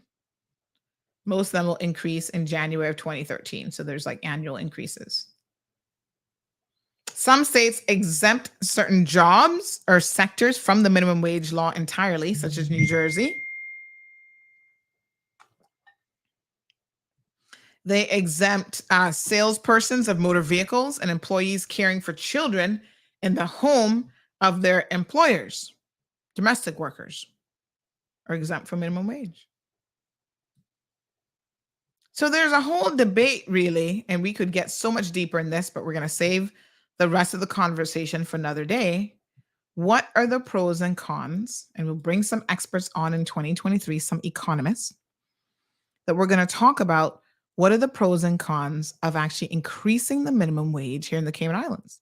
Because the government has put together this minimum wage committee that are sitting down looking at this on your behalf. And they're going to, at some point next year, I assume, come with some recommendations. So it's going to be interesting to see what they recommend. It'd be interesting to know who's on the committee. What's their business acumen, their experience, their, what are they bringing to the table? Now, the point I wanted to make is that every action has a reaction. And a lot of times we are agitating for government to do certain things, and we don't think about the full impact of what that means.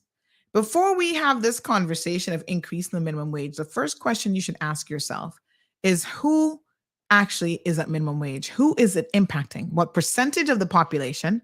Who are they? Are they mostly foreign workers, Caymanian workers, whatever? And I'm not saying here that your foreign workers don't deserve to be making a certain amount. Everyone is up to a certain extent in the same boat.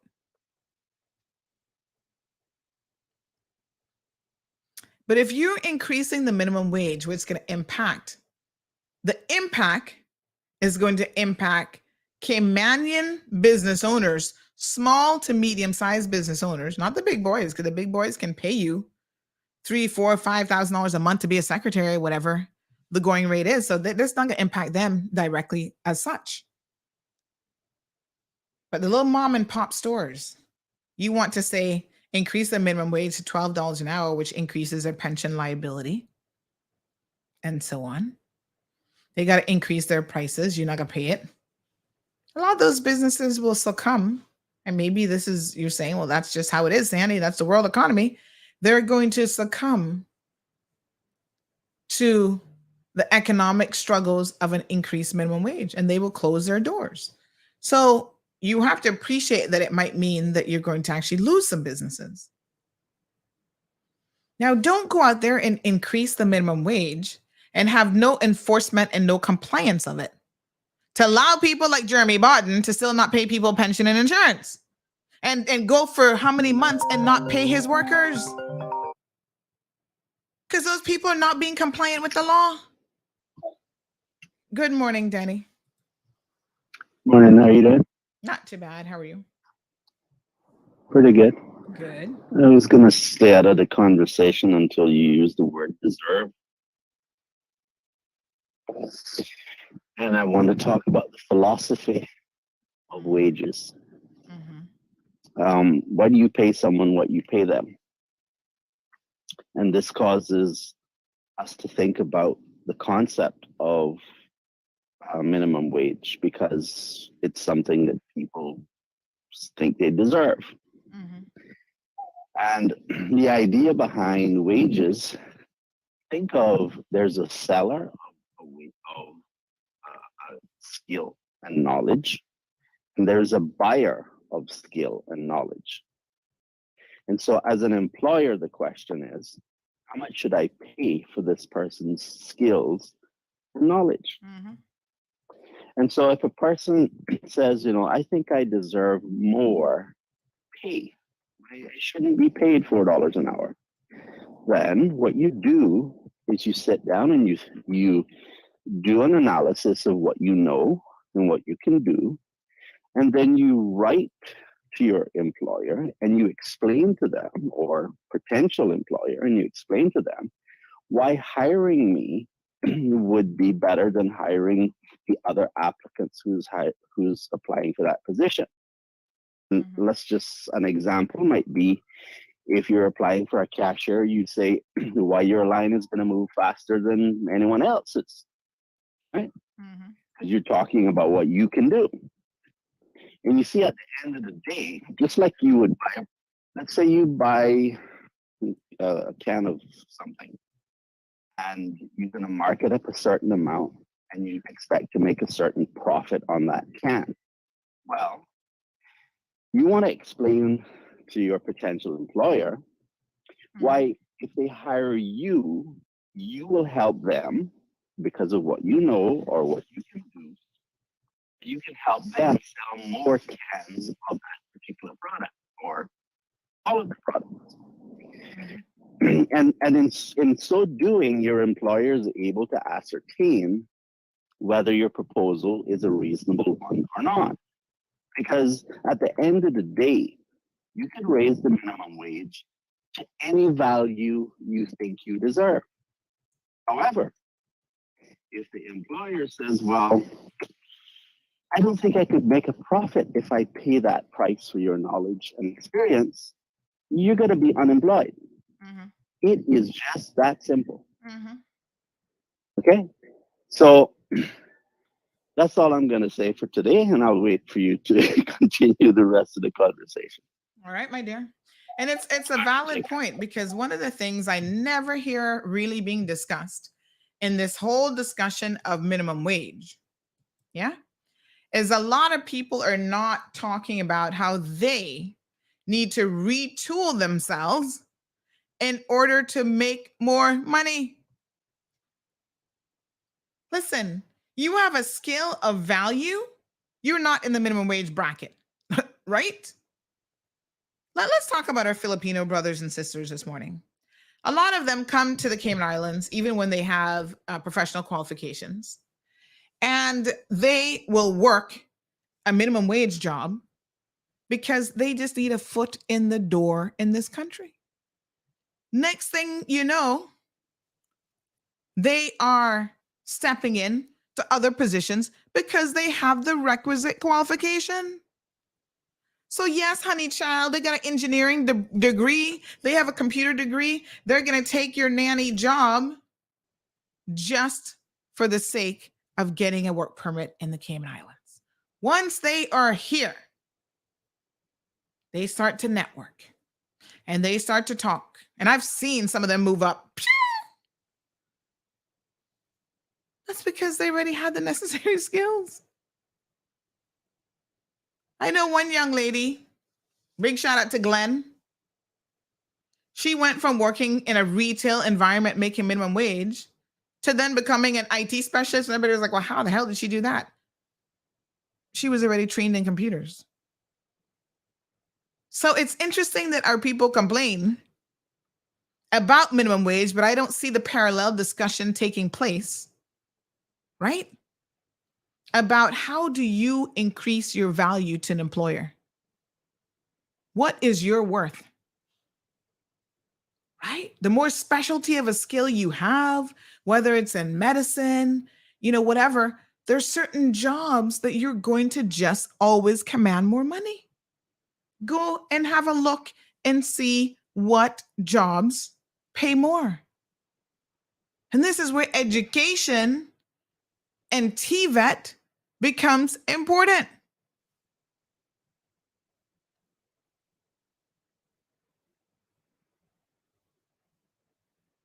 Our people need to understand the value that they bring to the table or not. These criminals who are out there robbing subways, and by the way, somebody said they're not a Filipinos at robbing subways, and they're the ones making minimum wage, or Indian workers working security, or Jamaican workers working security. They're not the ones out there robbing subway. It's Caymanians who are doing it. Those people bring no value, even at $6 an hour. You wouldn't in your right mind pay them $6 an hour because they probably don't even know how to speak to your customers in a retail environment. They don't want to know how to use a register. You just want to pay people money to sit down and do what? This is some of the discourse that I'm hearing in this community. Oh, increase the minimum wage because these little kids from John Gray High School and Clifton Hunter and this one and that one, they're going to need a job. No, they must increase their value to an employer. Nobody should be starting out in life as a retail clerk, and that could be your entire life, honey child. You start there. Hey, I did retail, university life. The hours are more flexible, whatever. But guess what? Even as a university student, I went into the retail environment and they saw, wow, Sandy's kind of quick on the uptake. She's good with her customer service. She can get the register, bam, bam, bam. She knows how to, take her little mannequin and make the mannequin look half decent. Next thing you know, I'm assistant store manager already. And I'm no longer in the minimum wage bracket. I'm making more money. Next thing you know, you're moving up to management. And there are people who stay in retail, but they don't stay at the bottom of the retail bowl. There are people who've worked in, listen, working in retail is a professional. Like if you're a manager of a Sam's Club, right? That's a multi-million-dollar one-store operation. You got to know a lot of stuff. Staffing and budgeting and, and there are headhunters out there who are trying to scoop you from Sam's Club and take you to Costco or this store, that store. It is a big business, retail, and managers can make good money in it as well. But nobody comes in as a retail clerk at minimum wage and you're going to stay there forever. You should be aspiring to more. And for you to aspire to more, as Denny rightfully pointed out, it's not about what you deserve and what someone is going to give you. It's about what can you command. Your earning potential is directly linked and correlated to what you bring to the table. Right? Moya says, what about the added cost? You got tax, shipping, insurance, customs duty, 22%. I estimated the cost so far for the markup is running at $1,500. What item were we talking about though, Moya? And that's why when you're in the retail business, you got to be smart. You buy things in bulk if you can, right? You ship an entire container worth of stuff as opposed to like 1-2 little items. You're also ordering at a different price point. So you're not going into the store and paying the same price that the average consumer would pay. You should be getting it at a reseller's price, knowing that you have to then turn around and mark it up.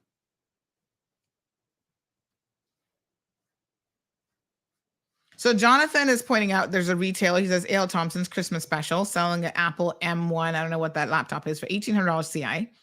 The same laptop is at the Apple store in the United States for $999 US.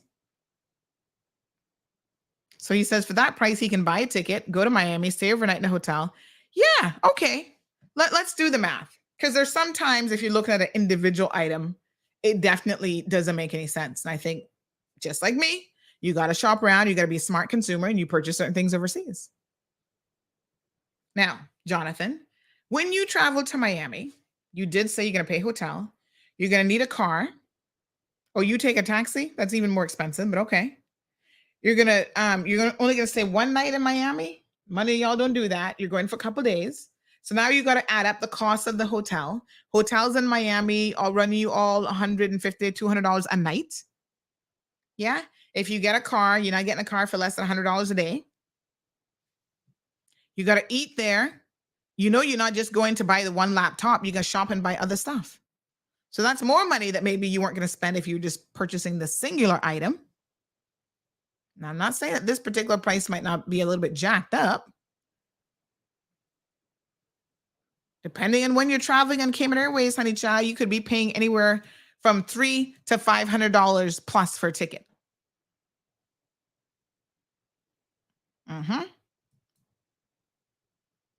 And then you're going to pay duty on that item when you come in because you are going to declare it, right? Right, Jonathan? You're going to follow the law and declare it, not try to cheat CBC out of their money. All right. This person makes an observation. What's up? They said there is a high minimum wage in Europe. Yes. However, the tax burden is very heavy. Oh, really? You mean like in Canada, where 50% of your income or more is going in taxes? Ooh, honey, yeah. When y'all talking about, they get free healthcare. It ain't free. You're paying for it, but in a different way. This person goes on to say really high income tax. Your point about population is valid. Also, many of these countries produce a lot of their own basic necessities, such as milk. By the way, green looks good on you. Aw, thank you. Honestly, economics and financial literacy should be compulsory subjects in the school system. So many people don't understand how events in the world impact them.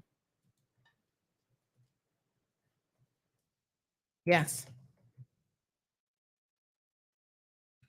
So y'all been complaining about lettuce. Let me tell y'all something a little bit about lettuce now. This person says DC has a scorching crime rate, and so does Baltimore. To the point that I just said, they're at the top of the payment scale when it comes to minimum wage, and that not impacting their crime rate, none at all. So minimum wage doesn't have anything to do with somebody wanting to rob you? Go figure.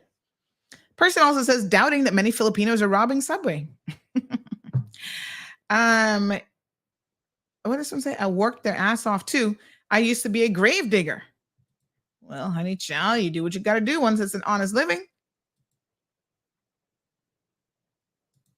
This person says the minimum wage means just that. It's the minimum you can be paid, but there's nothing stopping a company from paying more. And of course, if there is no minimum wage, people will take advantage. Maybe we should also look at a livable wage. I think you can start to confuse people now because the whole point of it being a minimum wage is it's supposed to be a livable wage. But what is livable for you might not be livable for other people, and vice versa.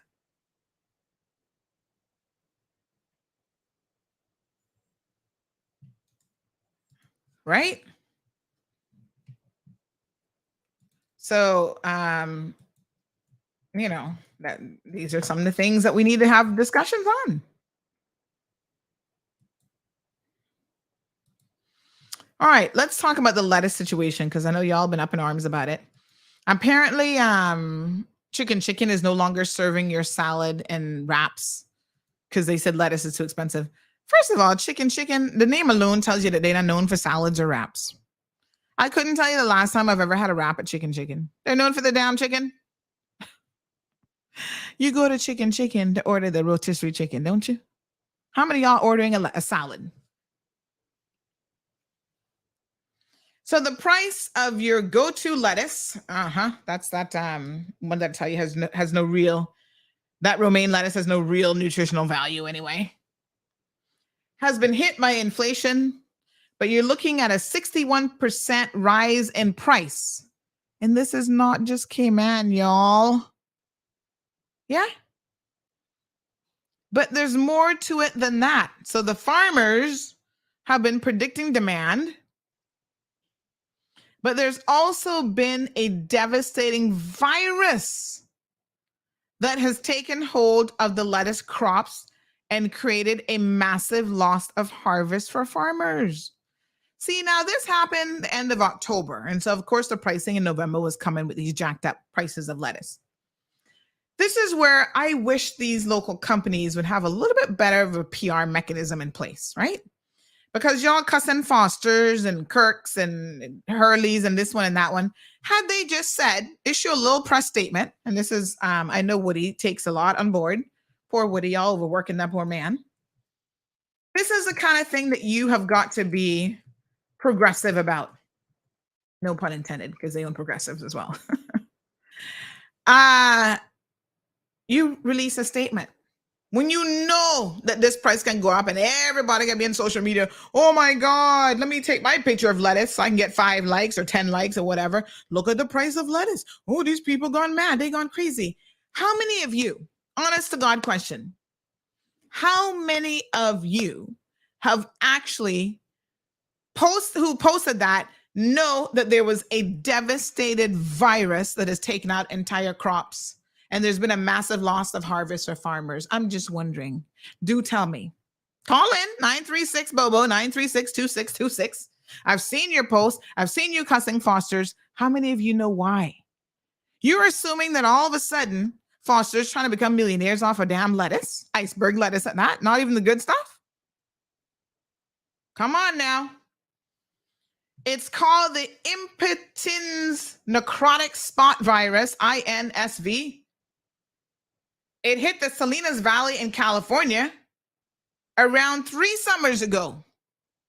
And it is still having an impact. It is like chicken pox for lettuce, apparently. Yeah. They get ring spots on the leaves, sunken spots, stem death, wilting, stunting, yellowing, poor flowering. And once a crop is infected, that's it.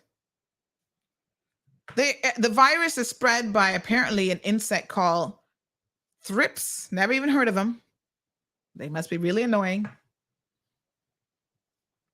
But if a plant is infected and they don't catch it, that particular crop cannot be isolated in time, and the virus will spread from crop to crop, and it's going to damage an entire harvest. The result, fewer crops, higher demand, and skyrocketing prices. This is the reality of why lettuce has skyrocketed. Hear what Kenneth Bauer, who's director of produce merchandising at Baldor Specialty Foods, says. He says it's gotten worse every year, but this year has been particularly devastating. The hot weather this summer, for those of you who don't care about the environment and global warming, y'all better pay attention. The hot weather this summer in the area amplified the effects of the virus. Now, every grower in the area is affected and much of the crop is unharvestable. So all of a sudden, honey child, lettuce is a humongous commodity. Yeah.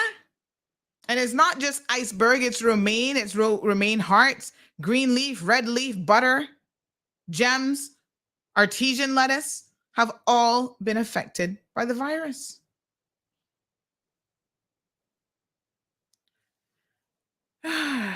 Folks, what a mess. Mm-mm-mm. They say get creative with your greens because there's some greens that are not impacted by this virus. Spring mix, baby spinach, baby kale, wild arugula, as well as hydro butter, radicchio. These are all different types of lettuce varieties, more or less. They're in good supply and offer better health benefits than that iceberg lettuce that you know and love so much, Jill. Mix it up. In fact, you know what? Anytime I make a sandwich, I try to sneak in spinach instead of lettuce because you get much more value. Y'all got to start keeping up with things now. Here's a report that just... Hold on. Let me play this one for y'all because I'm sitting here trying to educate you, and you might actually not even be believing me. You're like, how does Sandy know this stuff? Because Sandy knows a thing or two about research. You know, the number one skill that I learned in law school is not that I'm going to be an expert in the law. Not at all. The number one skill I learned is the ability to dig in people business. Look up cases, research, search the internet, search for this, search for that. That is how you get it done. Yeah. And that will make the difference in you passing that exam or not, quite frankly.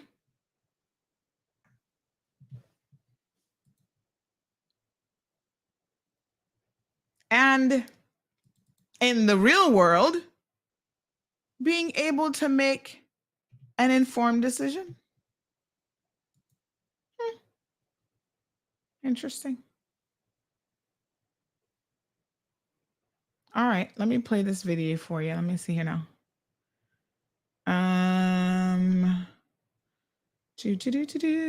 Hold on one second. Hold on. I've just saved it. Now I can't find it. Go figure.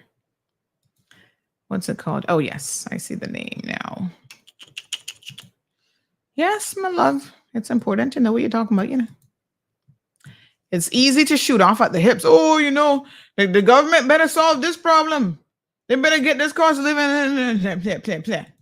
I'm like, what? Tell me again what you expect the government to do and how are they going to do it? Prices all over the world impacting a situation. And you think Wayne Patton can fix the price of lettuce? Well, you must know something that I don't know. Because I know one thing. He can't touch it. He can't do nothing with it. That's just how it works. Let me see here now. Where is this file that I'm looking for? Hold on. Let me back it up a second. Ay. And after this, we're going to get our prizes underway. So make sure y'all paying attention. Get ready. All right, I'm going to...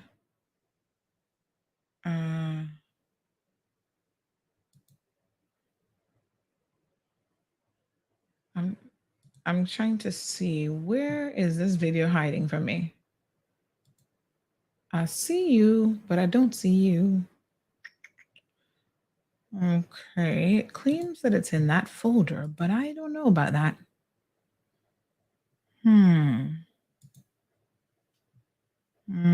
Save as. Let me just change this. Oh, I see what it's doing. I know exactly what's going on here. That would tell you a little bit of knowledge, honey child. It is changing the file extension, and that is why I don't see it.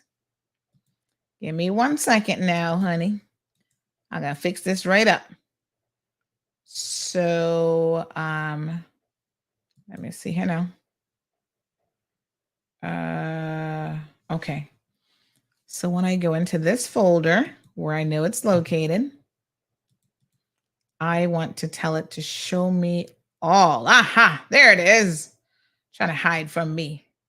This thing must have thought it was smarter than me, honey chill. Let's just change the extension name. MP4. Yes. We're going to save that. Thank you very much, Windows computer. And now I should be able to see it. Let me see. It was there, but kind of hidden. Trying to hide from me, honey chill. What I tell y'all about making sure you add value to your employer. Yeah, y'all see it? It's still telling me that it doesn't want to open that video clip though. Why? Why? All right, here we go. I think it's gonna do it now. Yes. Are we in business? It says processing. All right, I got my trivia questions ready too. Gonna talk about some of our amazing sponsors of prizes. Kind of spinning for a minute. Any day now, Chell. Any day now. There we go. Take a look at this. I paid $6 for this tiny head of iceberg lettuce today. Experts say lettuce prices are soaring because production in the Salinas Valley is down significantly. And this is why a virus known as INSV is hitting the Salinas Valley hard. In October and November, most of the nation's lettuce comes from the Salinas Valley, and the lettuce growers in the Salinas Valley had a very low production this year because of a virus that affected the crop. With decreased production and high demand, lettuce prices are skyrocketing. Case of romaine lettuce is going for $75 right now, whereas last January it was more like $25, so almost a tripling in price at the wholesale level. Which is why shoppers may be in for some sticker shock, especially when they see a head of iceberg selling for nearly $6. So it's expensive, and I would not have salad. The shortage is not just impacting salads. Some Bay Area Carl's Jr. restaurants are not offering lettuce. Others are holding off on putting leaf lettuce on burgers. At the salad shop, owner Josh Gentle says he's eating the extra cost of lettuce rather than pass it on to his customers. We have never seen a $70 box of lettuce, so it's a little shocking. But agricultural economist Bruce Babcock says the steep lettuce prices will likely come down soon as production shifts to desert areas, which are not as affected by the virus. Agricultural experts say the virus is not just impacting iceberg lettuce, but also red leaf, butter, and romaine lettuce. In San Jose, Marianne Favreau, NBC Bay Area News. All right, folks, you heard it. Not just us. $75 for a case of lettuce at wholesale. And you know, there are people who buy a lot of lettuce. Yeah, all these stores, you get a burger from even the chicken sandwiches that you get from Popeyes, burgers, everything got lettuce on it. Now, would you rather them not put the lettuce on it for you? Can you eat a burger without lettuce? Can you eat it with just tomato and whatever else they put on it? Hear what Al says: if I can't afford to buy lobster, they won't drop the price for me. The capitalist way is to keep sucking from you. I don't complain about the price. I buy what I like and what I can afford. Here comes Johan with his misbehaving self. Johan, we need one cow cod for you, you know. He says, you're too fast and nosy, all up in people business. Buying lettuce is a choice, says Al. Irvin says they curse every business owner when they don't want to pay. They come and tell you how much they have or how much to charge. And then they're trying to be cheeky and tell you that they're not paying the goods, and a lot of the and that them have. Well, listen, as Al says, you don't have to buy lettuce. There's nobody forcing you to buy lettuce. Who was that? Chantel said that she loves her salads. Well, child, you're gonna have to find something else to be loving here shortly. Adriana says she's still getting her salads. Gabby says, you mean chicken, who's selling leg and thigh meal for $13 and can't afford lettuce? You wait till you increase the minimum wage and then you're going to see what can happen. Magdalene says they're not woke. They don't read. Al says everyone can't have a high-end job. but everyone with a job should be able to live a decent life. If business owners can't afford to to pay a decent wage, they shouldn't be in business. As some people do, all some people do is make excuses for not having a decent minimum wage. Again, Al, what is a decent minimum wage? What price are we going to put on it? And people will listen. Business owners will find a way. They're going to either have to cut staff, right? Downsize, close shop, or whatever, or outsource. Now, y'all not ready for this reality. Certain jobs, it mightn't be retail or working in a restaurant, but there are certain jobs that can easily be automated and or outsourced. Now, I know even in my business, y'all think, right? Oh yeah, well, Sandy must hire all these people to do her writing for her and this, that, and the next thing. And then I have to have all kind of issues with them, micromanaging them. They don't have any confidentiality. So when people message me, that's a whole other issue, because some messages do come through on social and we have different administrators. It's very easy for me to outsource a lot of what I do in terms of like support staff. So someone maintaining the calendar, uploading videos on the website, all those kind of administrative things. I don't need somebody in Cayman sitting here doing that. I got somebody in California doing it. And she can do it even though she's in California. Well, now she's in Vegas. She can do it for a portion of the price that I would have to pay somebody here and pay pension and health insurance. I don't got to do none of that because she has her own business. She's a freelancer. And I just engage some of her freelancing services. Y'all paying attention? There's a lot that can be automated because of technology and eliminate your jobs entirely. So don't think you are that valuable to an employer when they can have someone sitting halfway around the world. All the Maples and Calders of the world and all the law firms, you should know there are people who can sit halfway around the world and prepare those same corporate documents for a fraction of the cost to the employer. Then y'all gonna run to government. You must stop the outsourcing of jobs. And guess what government can tell you? We can't do nothing about that. I've seen it happening already. I've seen people here in a work permit. They get rolled over. They go back to the Philippines. You know what the employer does? Continues to have them working from the Philippines. Once somebody don't touch a Cayman bank account, government can't do nothing. What are they gonna do? Tell you that you can't hire somebody halfway around the world to sit there and do paperwork and to do computer work for you? Caymanians, wake up. There will be jobs that will be lost to automation. Computers eliminate jobs. Robots, all sorts of stuff, eliminate jobs. Anyway, that's all I got for y'all today in terms of that. Dorothy says, I no longer buy lettuce. I do spinach and kale. Yes, honey child, get it. Marshall says a higher minimum wage comes at a higher price for everything, a higher rate for everything. All right, listen now. Yesterday, you guys know that we talked about rapist Renato. Apparently, his victim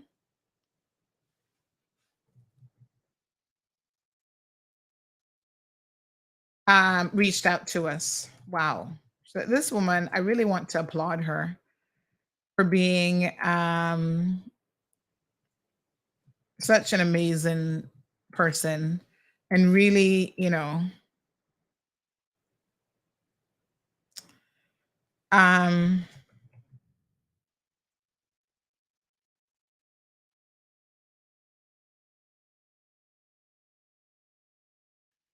such an amazing person and really refusing to be a victim despite the horrible things that this man has done to her. I'm going to read you a note that she sent. Of course, we're not going to identify who she is.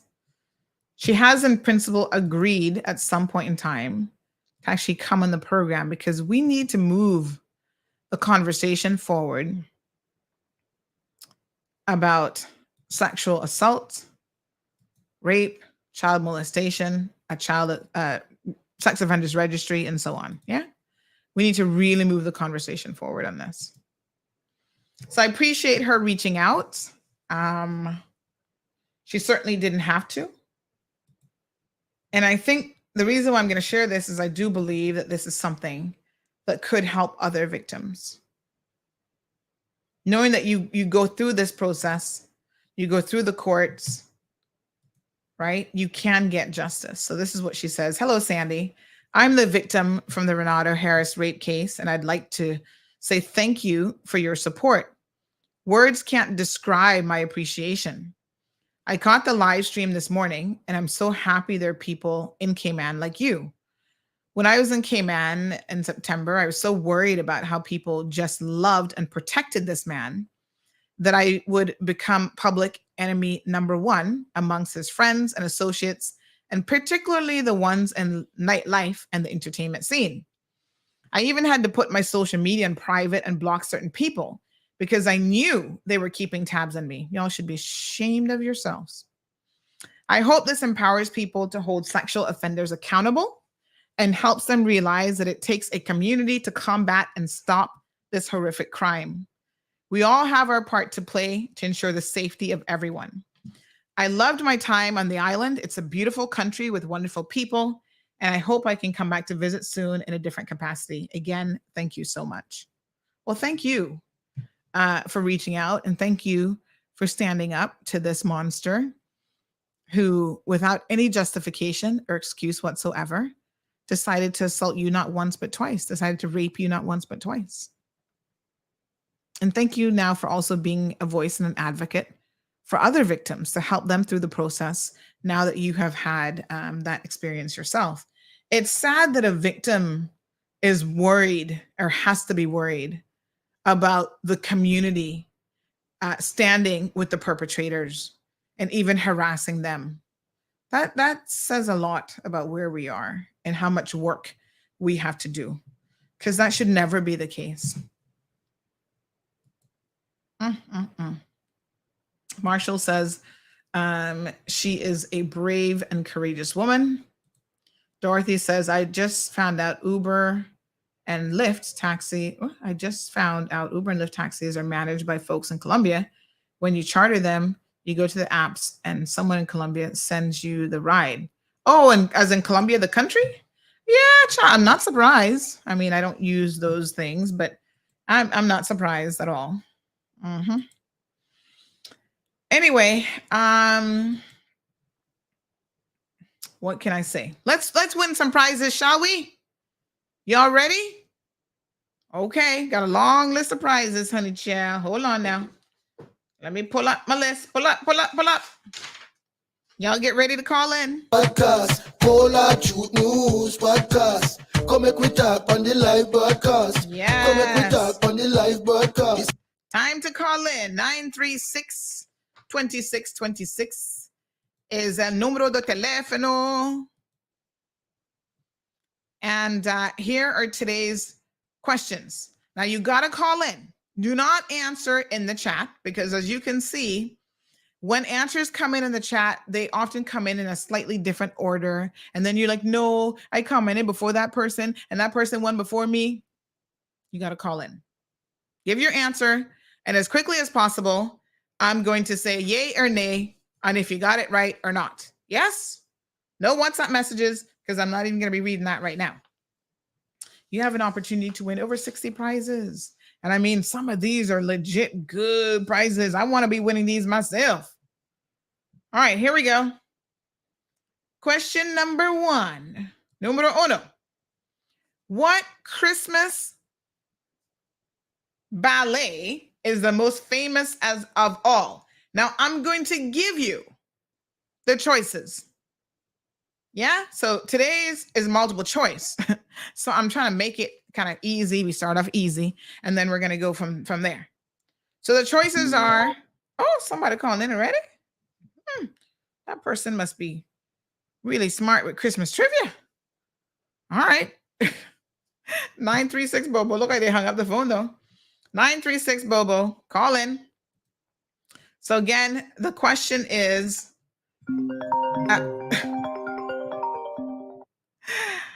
hello, caller. You got an answer for me already?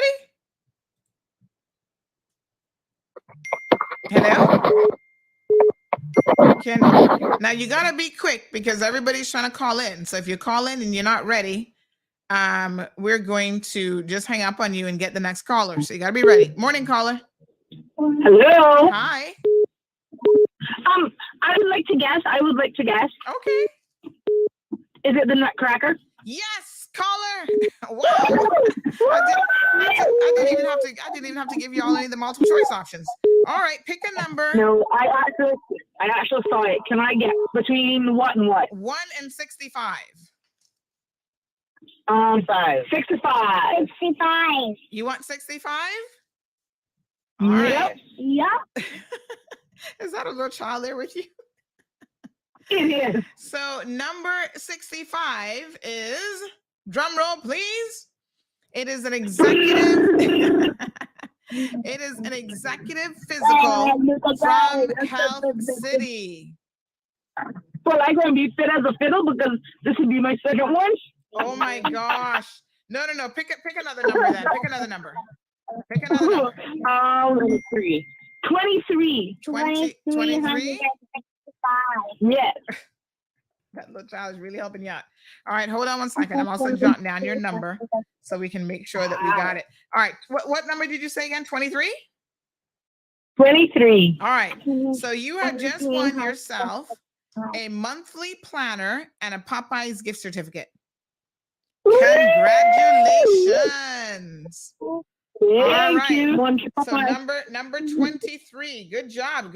You came out of the barn ready for that one.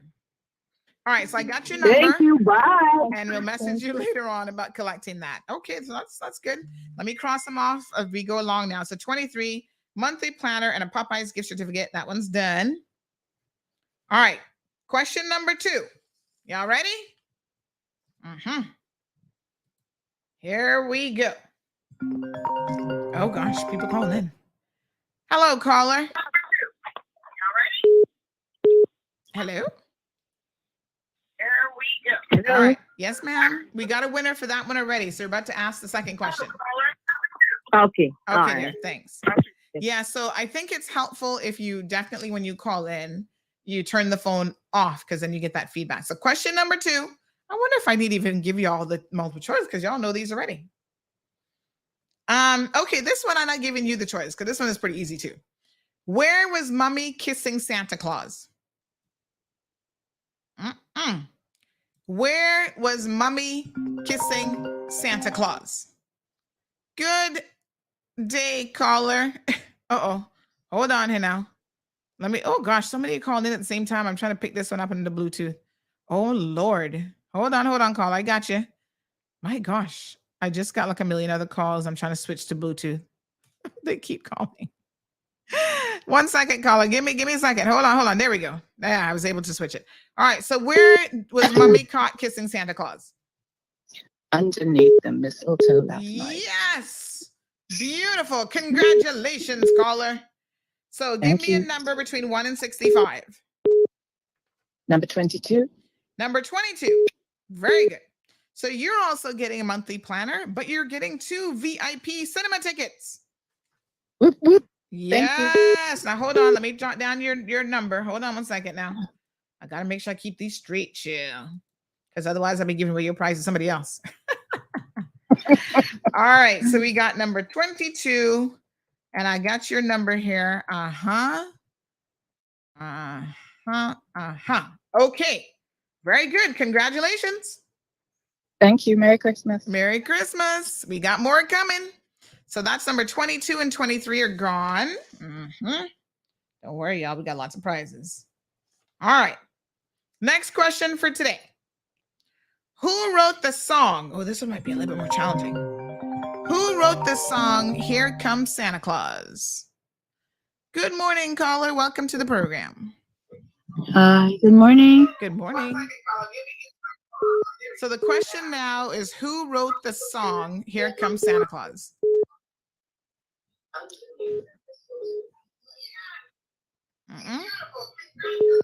All right, so remember, folks, when you call in, you got to be ready to answer.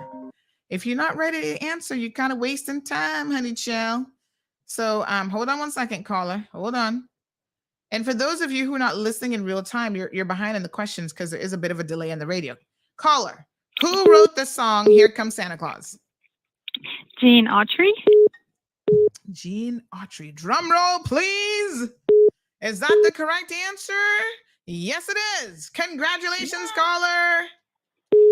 All right. Thank you. Which between 1 and 65, which one would you like to choose? 44. Number 44. Let me see now. Number 44 is, wow, you just lucked out, girl. It is a streaming box with 3 months of TV service. Oh, wow. That is a fantastic gift, if I might say so Awesome. myself. Yes, Thank you. honey child. Now, hold on. Let me get your number. Let me write this down. So that is number 44. And, oh, gosh. Now, you're calling from a landline, it looks like. So do me a favor. You just WhatsApp me on this number to say that you won number 44, and then we can link up with your prize. Okay. All right. Very good. Thank you. Okay. Bye. All right, caller. Hello. Hello. Hi. Did I answer the question right yet? Yeah, we look on the 4th question now. We moved on quickly. No, with the song. Yeah. That one gone already. Yes. All right. So here we go now. The next question. What does Alvin want for Christmas? Is that Alvin the chipmunk? What does Alvin want for Christmas? Yes, let's see how many of y'all know this one. Good morning, caller. Welcome. Do you know what Alvin wants for Christmas? Hello? Hello, can you hear me? I can hear you. Yes, I can hear you just fine. 1 second, I'm trying to get the phone on. Okay.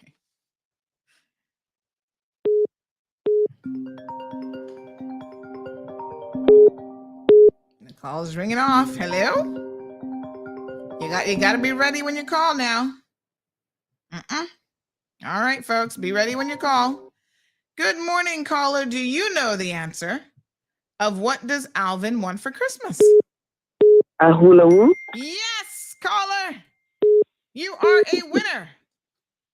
Oh, thank you. All right, give me a number between 1 and 65. 14. 14. Hold on 1 second. Let me see now. Let me see. Number 14. Oh my God. You got an awesome prize, caller. You have just won a leather Kenneth Cole messenger bag. Oh my gosh. That is so nice. Awesome. Yeah. Thank you. Hold on now. Let me just put down. That was number 14. Let me take down your number. Good job. Thank you. 56. Yeah. Nope. Let me not reverse your numbers. Okay. Good job. We'll be in touch, honey child. Okay. Thank you. You're welcome. Bye. Wow. You guys are coming out of the barn with some answers. Caller, good morning. Have they answered the Alvin question yet? Yeah. Someone just won a Kenneth Cole leather bag. Oh, okay, sorry, I I ran know. too late. All right, let's do question number 5. Let's see if you want to try your hand at this one. Question number 5. Oh, this one is so easy. What should little children leave out for Santa on Christmas Eve? Oh, milk and carrots. No, milk and carrots. Oh gosh, you must eat healthy, child. That is not the correct answer. Oh dear. I know. All right, let's give somebody else a try on this one.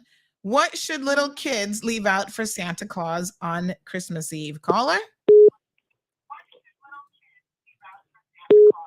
Hello? Y'all, you got to be ready now. We got lots of calls coming in. What should little Milk children? and cookies. Milk and cookies is the correct answer. Congratulations, caller. All right, give me a number between 1 and 65. 26. 36. Oh, 26. Oh, 26. Okay, 26, 20. Okay. All right. So number 26, you're going to get yourself a wellness planner and 2 VIP cinema tickets. Nice. Okay, all right. thank you. Hold on. Don't hang up yet. That was number 26. I'm just going to jot this down. Take down your number. Okay. All right. Beautiful. Got it. Thank you so much. Okay. Thank you. All right. Shall we do one more? So let's do one more. And remember, folks, I see y'all calling me all over the place, honey child. Y'all supposed to be calling the show number. But all right, let's see. Uh-oh. I think that one just got hung up on. All right. Let's go again. Final question of the day. Hello, caller. Hold on. Hello, there you are. So this is going to be the final question for today. Hello, caller. Are you ready? Yep. All right. There you are. So this is going to be the final question for today. Hello, caller. Are you ready? All right. Who is Ebenezer?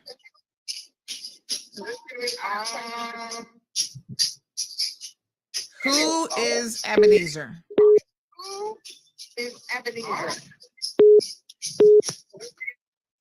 Nope, that one didn't know.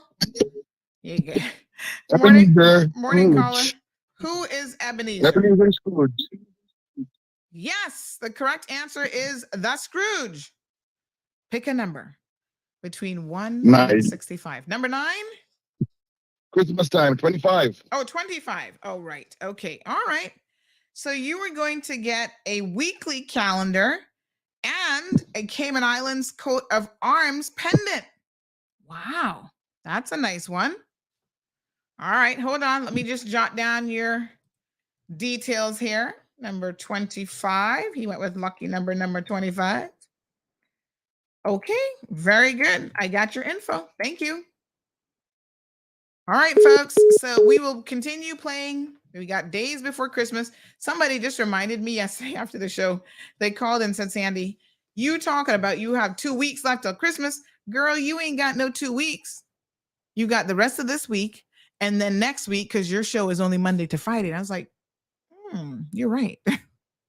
You are so right. All right. So how many prizes did we give away today? We got, like I said, we got a long list, honey child.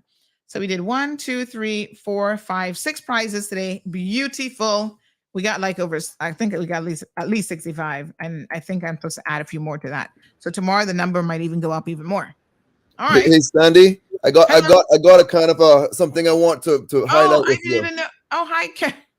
I know. I popped in. It was very important for me to pop in on this one.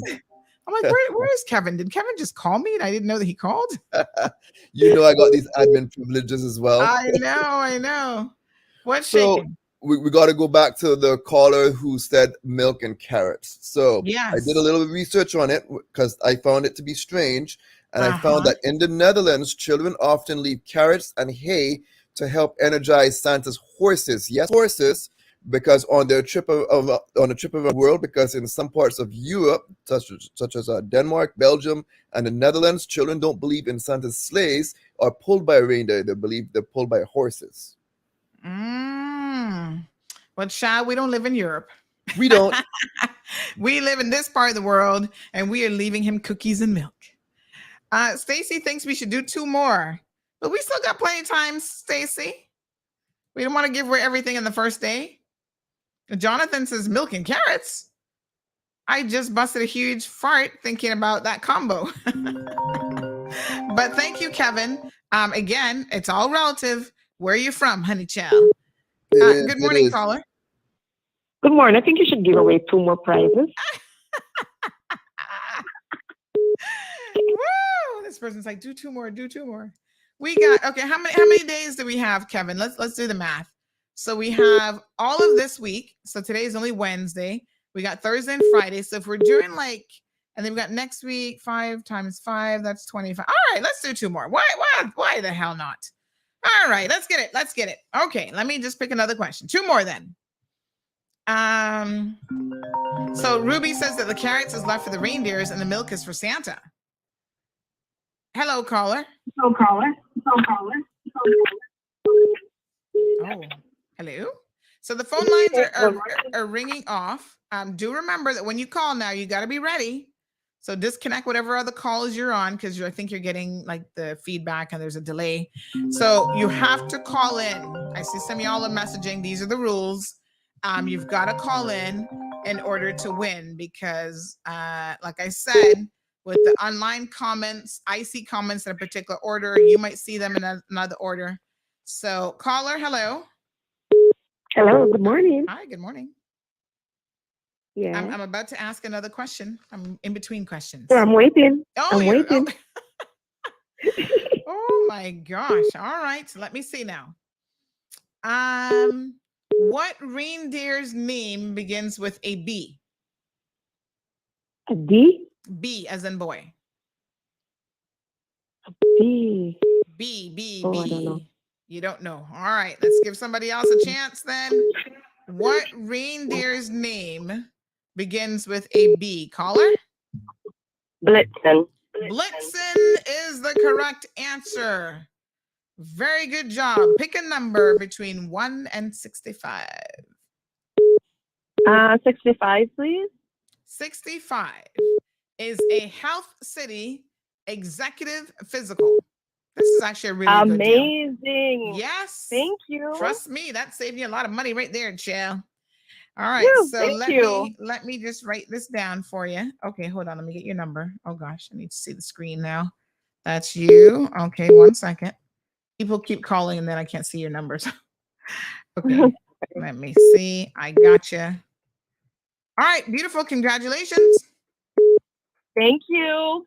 All right, folks, we're going to move on to the next question. Final question of the day. All right. Let me see now. Hello, caller. Yes, ma'am. Hi. Hi. You're going to hold on while I ask. I'm waiting. Sure. I'm waiting. Okay. Hello. What U.S. president was the first to decorate the White House Christmas tree?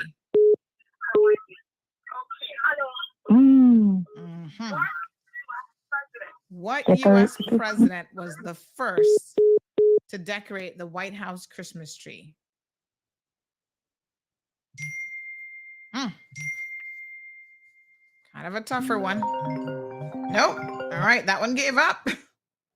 Caller, the question is, what U.S. president was the first to decorate the White House Christmas tree? Caller, the question is, You're not ready. You're not ready. You gotta be ready, folks, because we got a lot of people trying to call in. Good morning, caller. Morning. Benjamin Harrison. No, that is not the correct answer. Good try, though. Good try. All right, folks. Let's see, caller. The question is, what U.S. president was the first to decorate the White House Christmas tree? What U.S. president was the first to decorate the White House? Caller, are you ready? Yes. Yes. Well, what is it? What's the answer? Well, Benjamin Harrison. No, that is not the correct answer. Yes. Get a little bit Or harder. Chelsea Richard? No, one guess. That's it. Okay. Thank you. All right. Caller on the WhatsApp. Yes, ma'am. The question, let me repeat it for you. What U.S. president was the first to decorate the White House Christmas tree? Oh, did we lose her? Oh, gosh. She was trying again. All right, next one. Hello, caller. Question, what U.S. president? Benjamin Harrison? No. Oh, man. man, this one is stumping y'all. This one is stumping y'all. Hello, caller. Question. What U.S. Good president? morning. Good morning. Hello. Do you have an answer for us? Is it Franklin Pierce? Yes, that is the correct answer. You know it's your girl, Cece. Cece got on the Google this morning. You ain't no that. Cece, all right, pick a number. Which one of the prices got cash? You try to behave. Pick a number, child. Pick a number, honey, chill. Give me 6-4. 6-4 is a Health City executive checkup. Now, Cece, you know that you could probably do with that one. Now, behave yourself. No, okay. All right. Thank you very much. Listen, that's your health is your wealth now. Okay, so those were the 2 additional questions. We are done for the day and the questions. Poor Cindy's like, I wanted some money. Listen, your health is your wealth, and it is better than money any day of the week. So let me do a big shout out. That's it, callers. Y'all still calling. Like, did anybody get question number 2? I'm still trying to call. So the questions are done. That's it. Sorry. There'll be more tomorrow, though. All right. So here's a big shout out to all of our sponsors. So, of course, CMR, your biggest sponsor, bought a lot of these prizes for y'all. And we digged deep in the little kitty. We'd like to thank Prodigy Jewelers. We'd like to thank Burger King and Popeyes. We'd like to thank Waffle Monkeys. We'd like to, of course, thank Health City, Cayman Islands. We would like to thank Cayman Bay. We got some great Cayman Bay gift certificates and cinema prizes. We would also like to thank, let me see who else we got. Did I say Prodigy? David Ebanks from Prodigy. By the way, today is David's birthday. So please call David over at Prodigy and wish him a happy birthday. Tell him you heard it's his birthday through the grapevine on the Mall Road. We would like to thank Foster's Food Fair because we've got $50 gift certificates from them as well. And we want to give a big shout out to Cellular World, who has also provided a number of very techie prizes that you guys are going to love. So, folks, we are just getting started. We've got all sorts of stuff.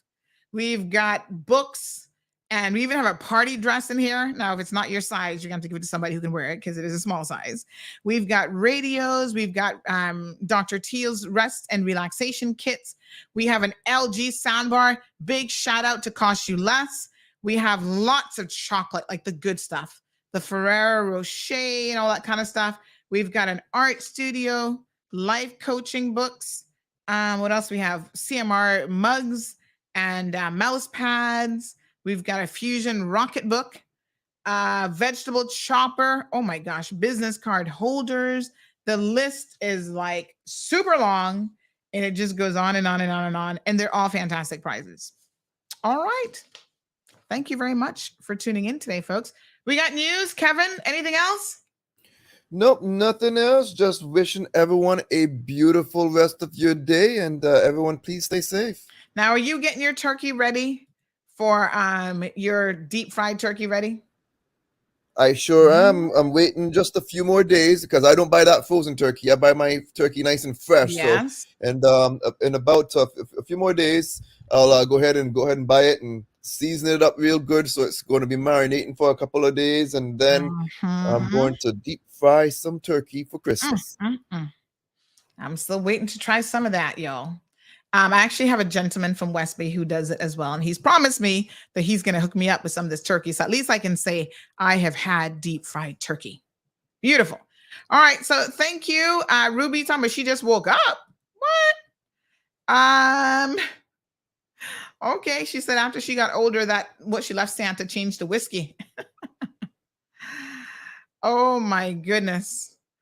Miss Donna says that one should bling someone. Someone was guessing said her credit was finished. Well, folks, you got to have credit. So, yes, Jill Biden just moved into the White House, honey child. They've been decorating that tree for a long, long time. Jonathan says they're asking Google the wrong question. Oh, yes, Lavana. How could I forget? I need to pick up your certificates today. And we do have her on the list. So Lavana's Kitchen is actually going to be giving us some gift certificates as well. So lots of amazing prices. Oh, Pena has got some great prizes on here. $100, $200 gift certificates. Woo, honey child. Now, here's the thing. If you've already won once, we only want you to take away one prize. Give everybody a little chance at the pie. Don't be greedy.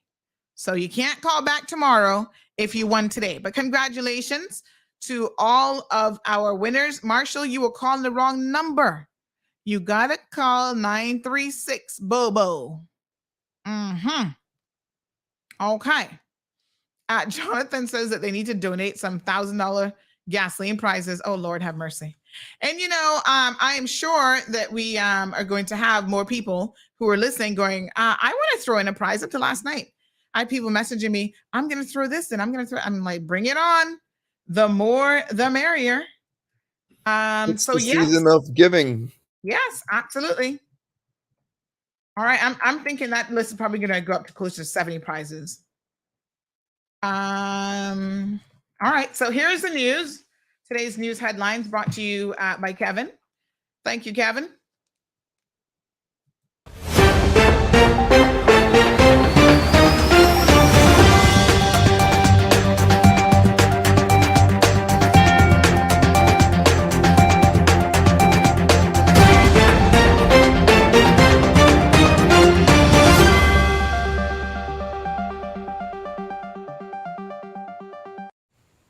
Hello, I'm Kevin Watler, and this is your CMR Daily Buzz. Here's a summary of some of Cayman's latest headlines.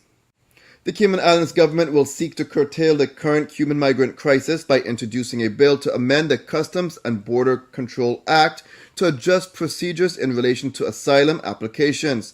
The amendment is expected to facilitate faster decision-making while continuing to observe the island's obligations. New regulations to protect Cayman's native and endemic plants and animals are now in effect under the National Conservation Act. Over the next 6 to 12 months, the Department of Environment will work closely with the National Conservation Council to undertake substantial public outreach to help the Cayman Islands community understand what the new regulations mean and how they may impact households and businesses across our 3 islands. Moody's Investors Service rated the Cayman Islands as AA3 stable, the same as the United Kingdom, and just 3 levels below Moody's highest ratings. The latest rating means Cayman has the highest rating in the region and is among the top 30% worldwide.